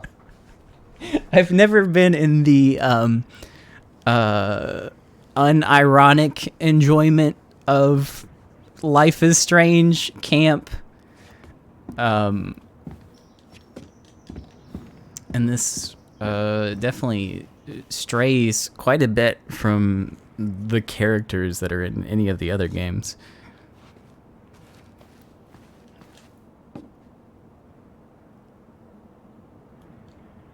Let's see, Michael, must have been a relief to finally be done with that place. Tyler, no doubt. Tyler, if traffic's not too bad, I should be back at our place around 4 p.m. Michael, haha, traffic in Delos. Only if the mailbox bandit escaped. Michael, hey, I'm making that biscuit thing you like. Tyler, damn, on my way. I'll probably take out some fire hydrants and stop signs. Michael, don't die. I'll keep it warm. See you in a few. Tyler, smiley face. Sorry, no, grinning emoji.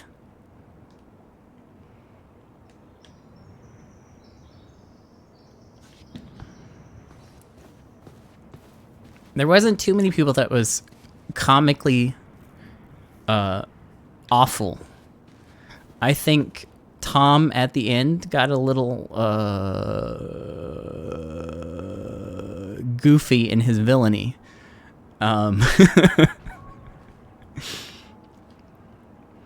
But he wasn't super important to the story.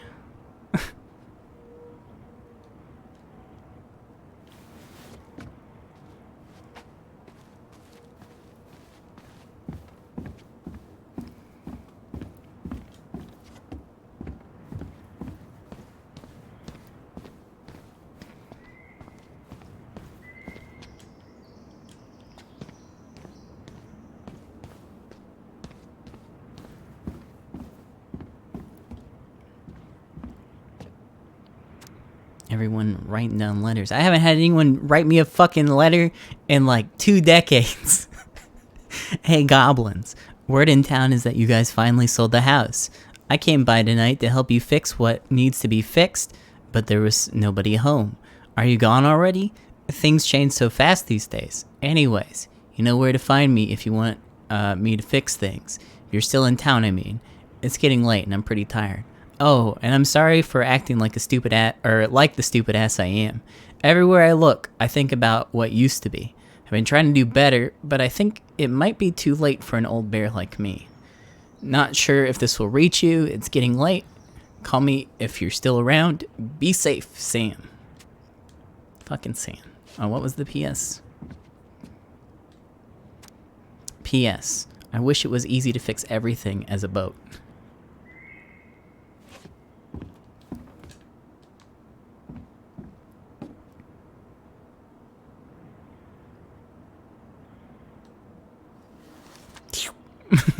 Okay, got him.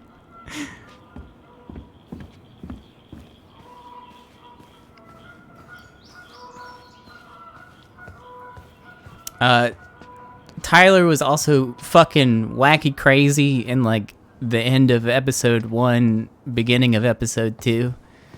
Some of the writing kind of wavers back and forth between the two choices that you can make quite a bit.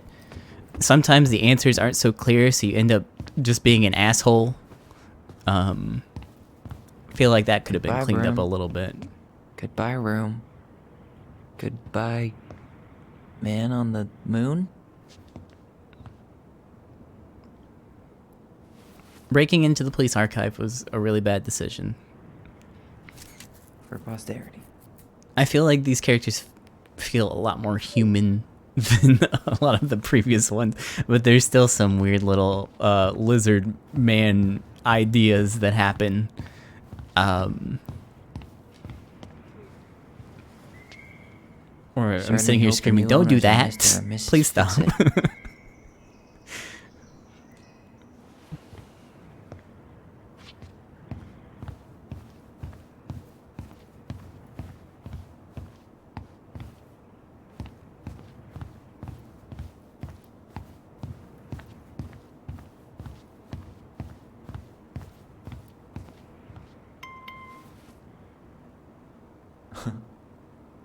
Oh, cool baby Yodas, thanks.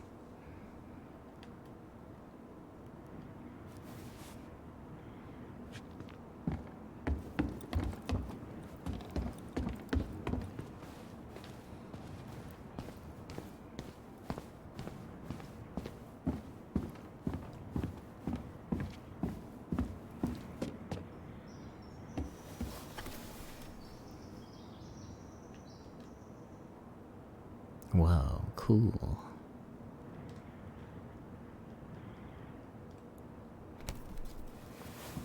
Wait, you're gonna just leave that cool shit? What the fuck?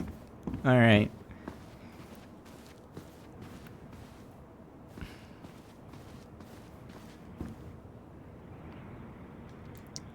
All these great memories, we're just gonna fucking leave them here.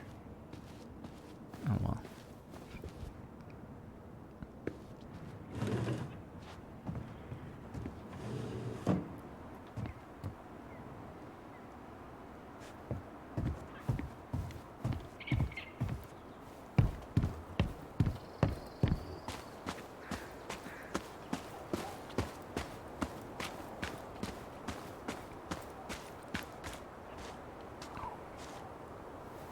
Cue the music. No, nothing. This would be. Everything okay, Ty? Oh. Actually, yeah. Everything really is.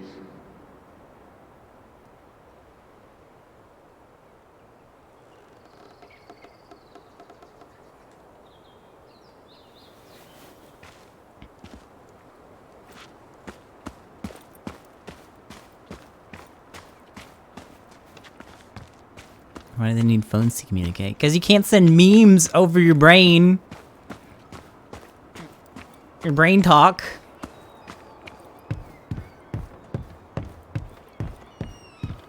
Yeah. Time to move on. You can't. I have extensive experience. No, you cannot.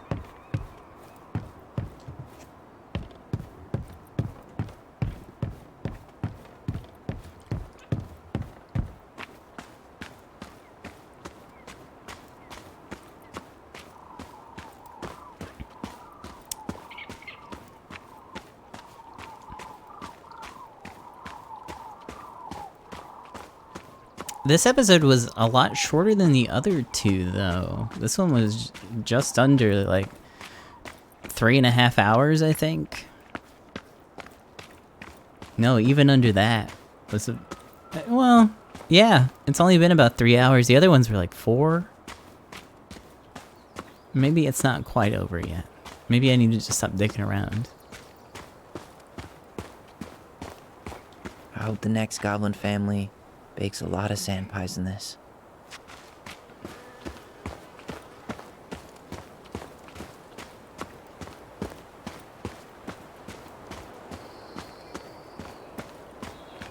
Tyler did the shuffle. Only downhill. Let me go see the goblin shrine. Can't go back in the shed. That was one of the coolest little areas. Can't go back.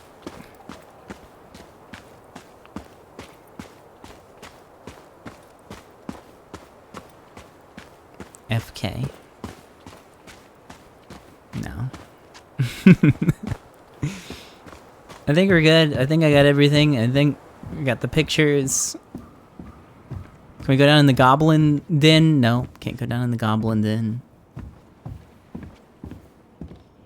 Sucks to suck, Thomas Anthony Fecky. Damn.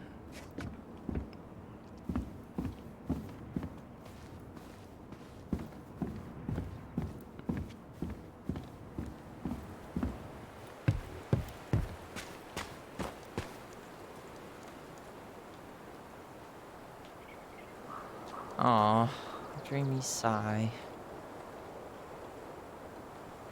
I just want to look at the goblin. Let me look at the goblin. That's the only thing I can look at in the bag. Alright. What the fuck is that? Alright, let's go. No, no, we're not going.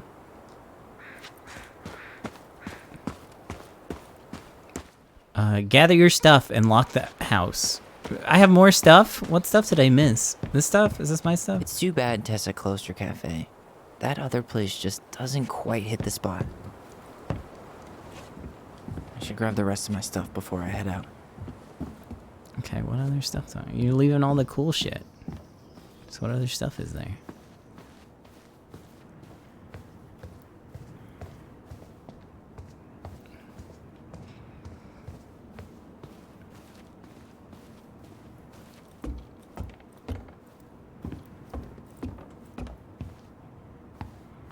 Nothing here. I don't think there's anything in the room unless I was blind. Nothing in the room.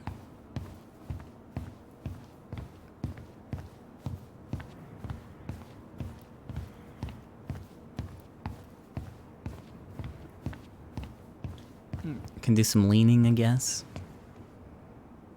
Yeah. All right.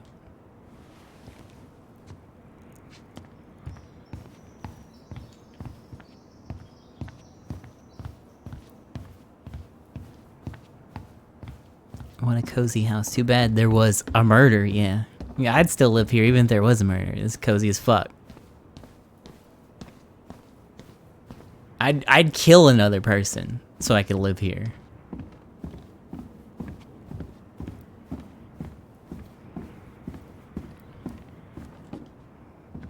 I'm gonna take this laptop. Or are we just gonna leave that? Oh, no, there we go. Just let me put it in my pocket and we're good to go. What's left? I'm gonna look at this one more time. Whoa! But only once.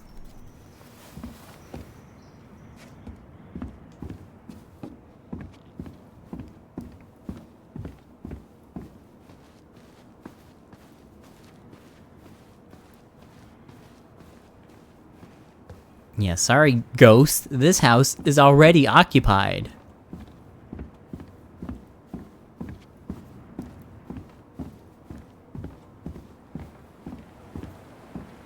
Leave the house for good. There we go.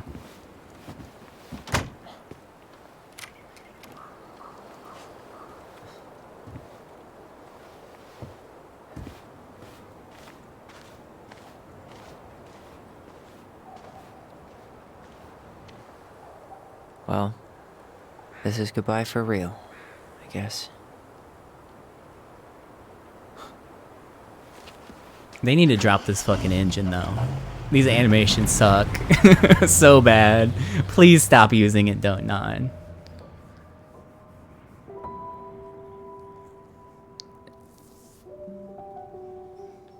Hey, Aaron. It's Ty. Tyler Ronan. I thought I'd catch you on your break between sessions, but I guess you're going long with another rebel with too many causes.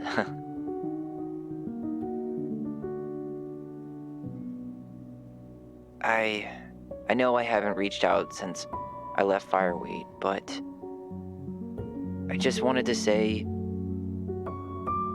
well, you were right about grief. About it going in circles. This morning, I was out on the porch staring at the fog, and my mother, she just tumbled right out of me. But it was okay. It actually felt good to remember.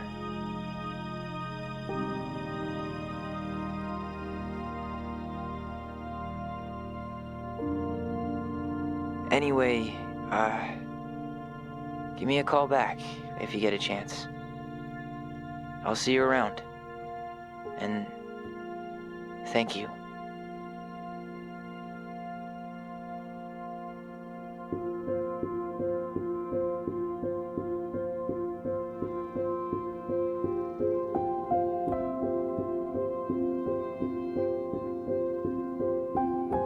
I wonder if there's another ending.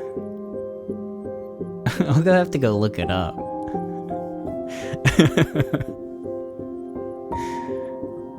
I would hope that it all added up to something. Well, I'll have to see. Oops. Well, I guess I'll wait till after this.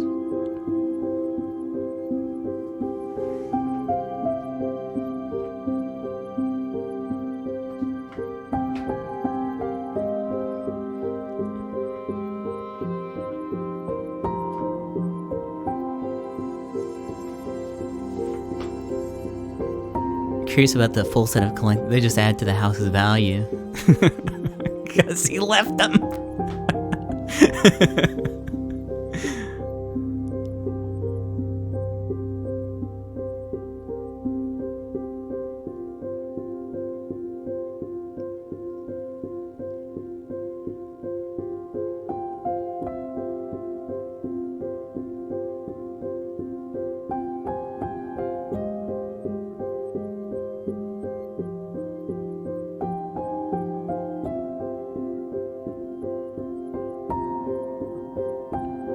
But I don't know what that means.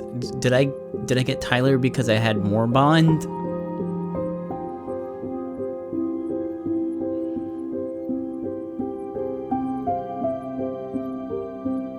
Because that wouldn't make a lot of sense. I don't know. Because I made decisions for both of them.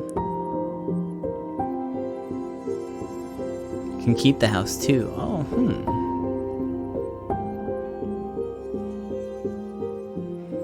That's cool. I don't want to live in the murder house.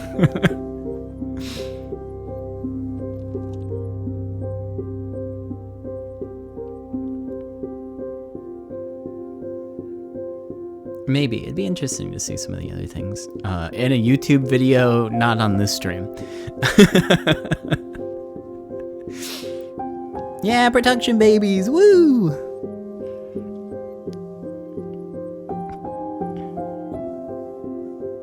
It seemed like a pretty good ending, I guess, for what I got.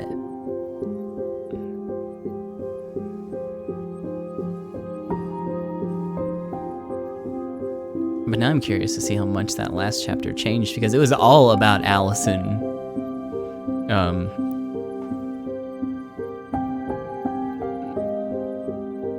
Just almost entirely about Allison dealing with her grief and absolutely 100% needing therapy. So if it ended any other way, I don't know how I would have felt.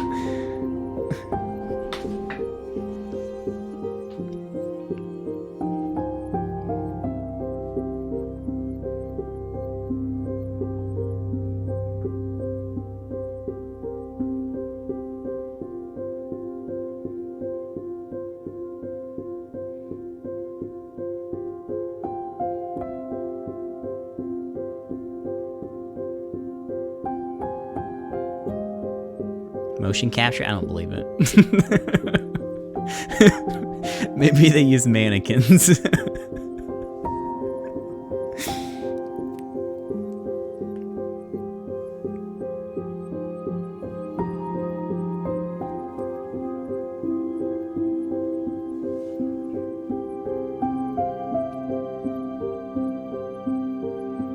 But yeah, that's kind of what put me off about Life is Strange 2. Is like their only job is to animate. There's not a lot of gameplay to throw in there.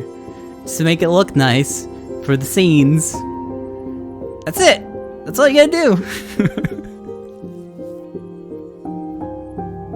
And it doesn't.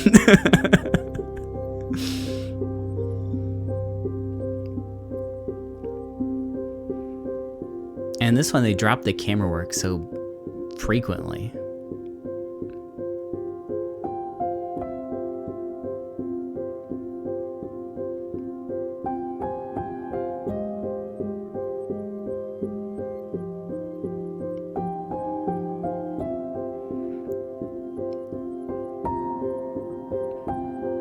Yeah, that's kind of cool. I'd be interested to see this game again. Maybe not anytime soon, but I think the story had like a small enough scope that they could shape it that way, where things do matter. Unlike some of the other games. Where only the last choice matters. All the environments in this were so good. I want to move to Alaska and die being murdered by a bear in the snow.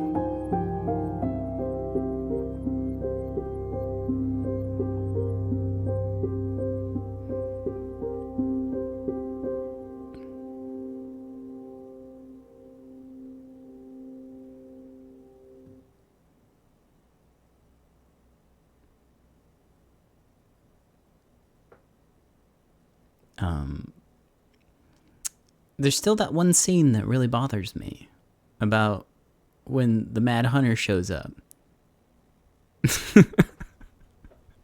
in like their living room from a dark portal.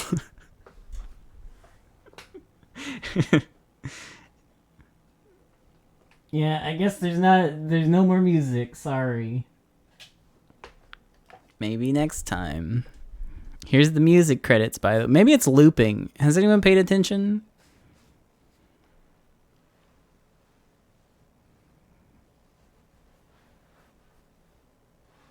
I mean, maybe, but I don't know if they explained it, unless it was in one of the stories. That there were a few that we didn't read. 15% force the chest of. Oh my god, what monsters. That was the only thing your mom left you, besides a whole lot of trauma, is her secret puzzle attic. And you destroyed it. Allison was influenced by Tom's testimony. Yeah. The twins trusted their bond and kept their voice. Okay, held on to their voice. Eddie was relieved that Allison accepted responsibility in the murder. Sam felt understood by Allison. Listen to Sam's story. Confronted Sam with his addiction. Michael felt closer to Tyler. Okay, cool.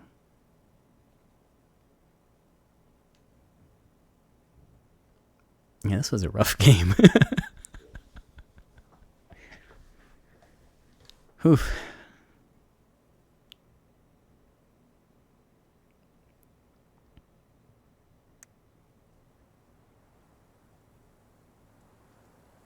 Anyways, that was Tell Me Why.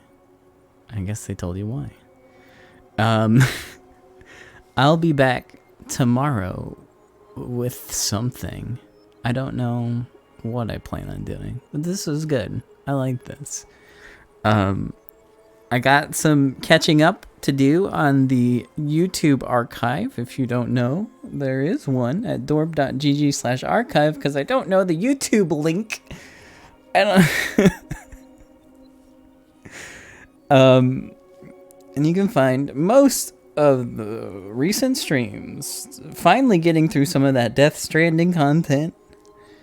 I'll get back to dumping a bunch more stuff soon. It's been a wild couple of days that I really don't want to get into the details of, but I've had to take some personal time off. But I am getting better. So I'll see you. And hopefully we'll have some more fun time soon. Later, friends. Oops. Oops. There we go.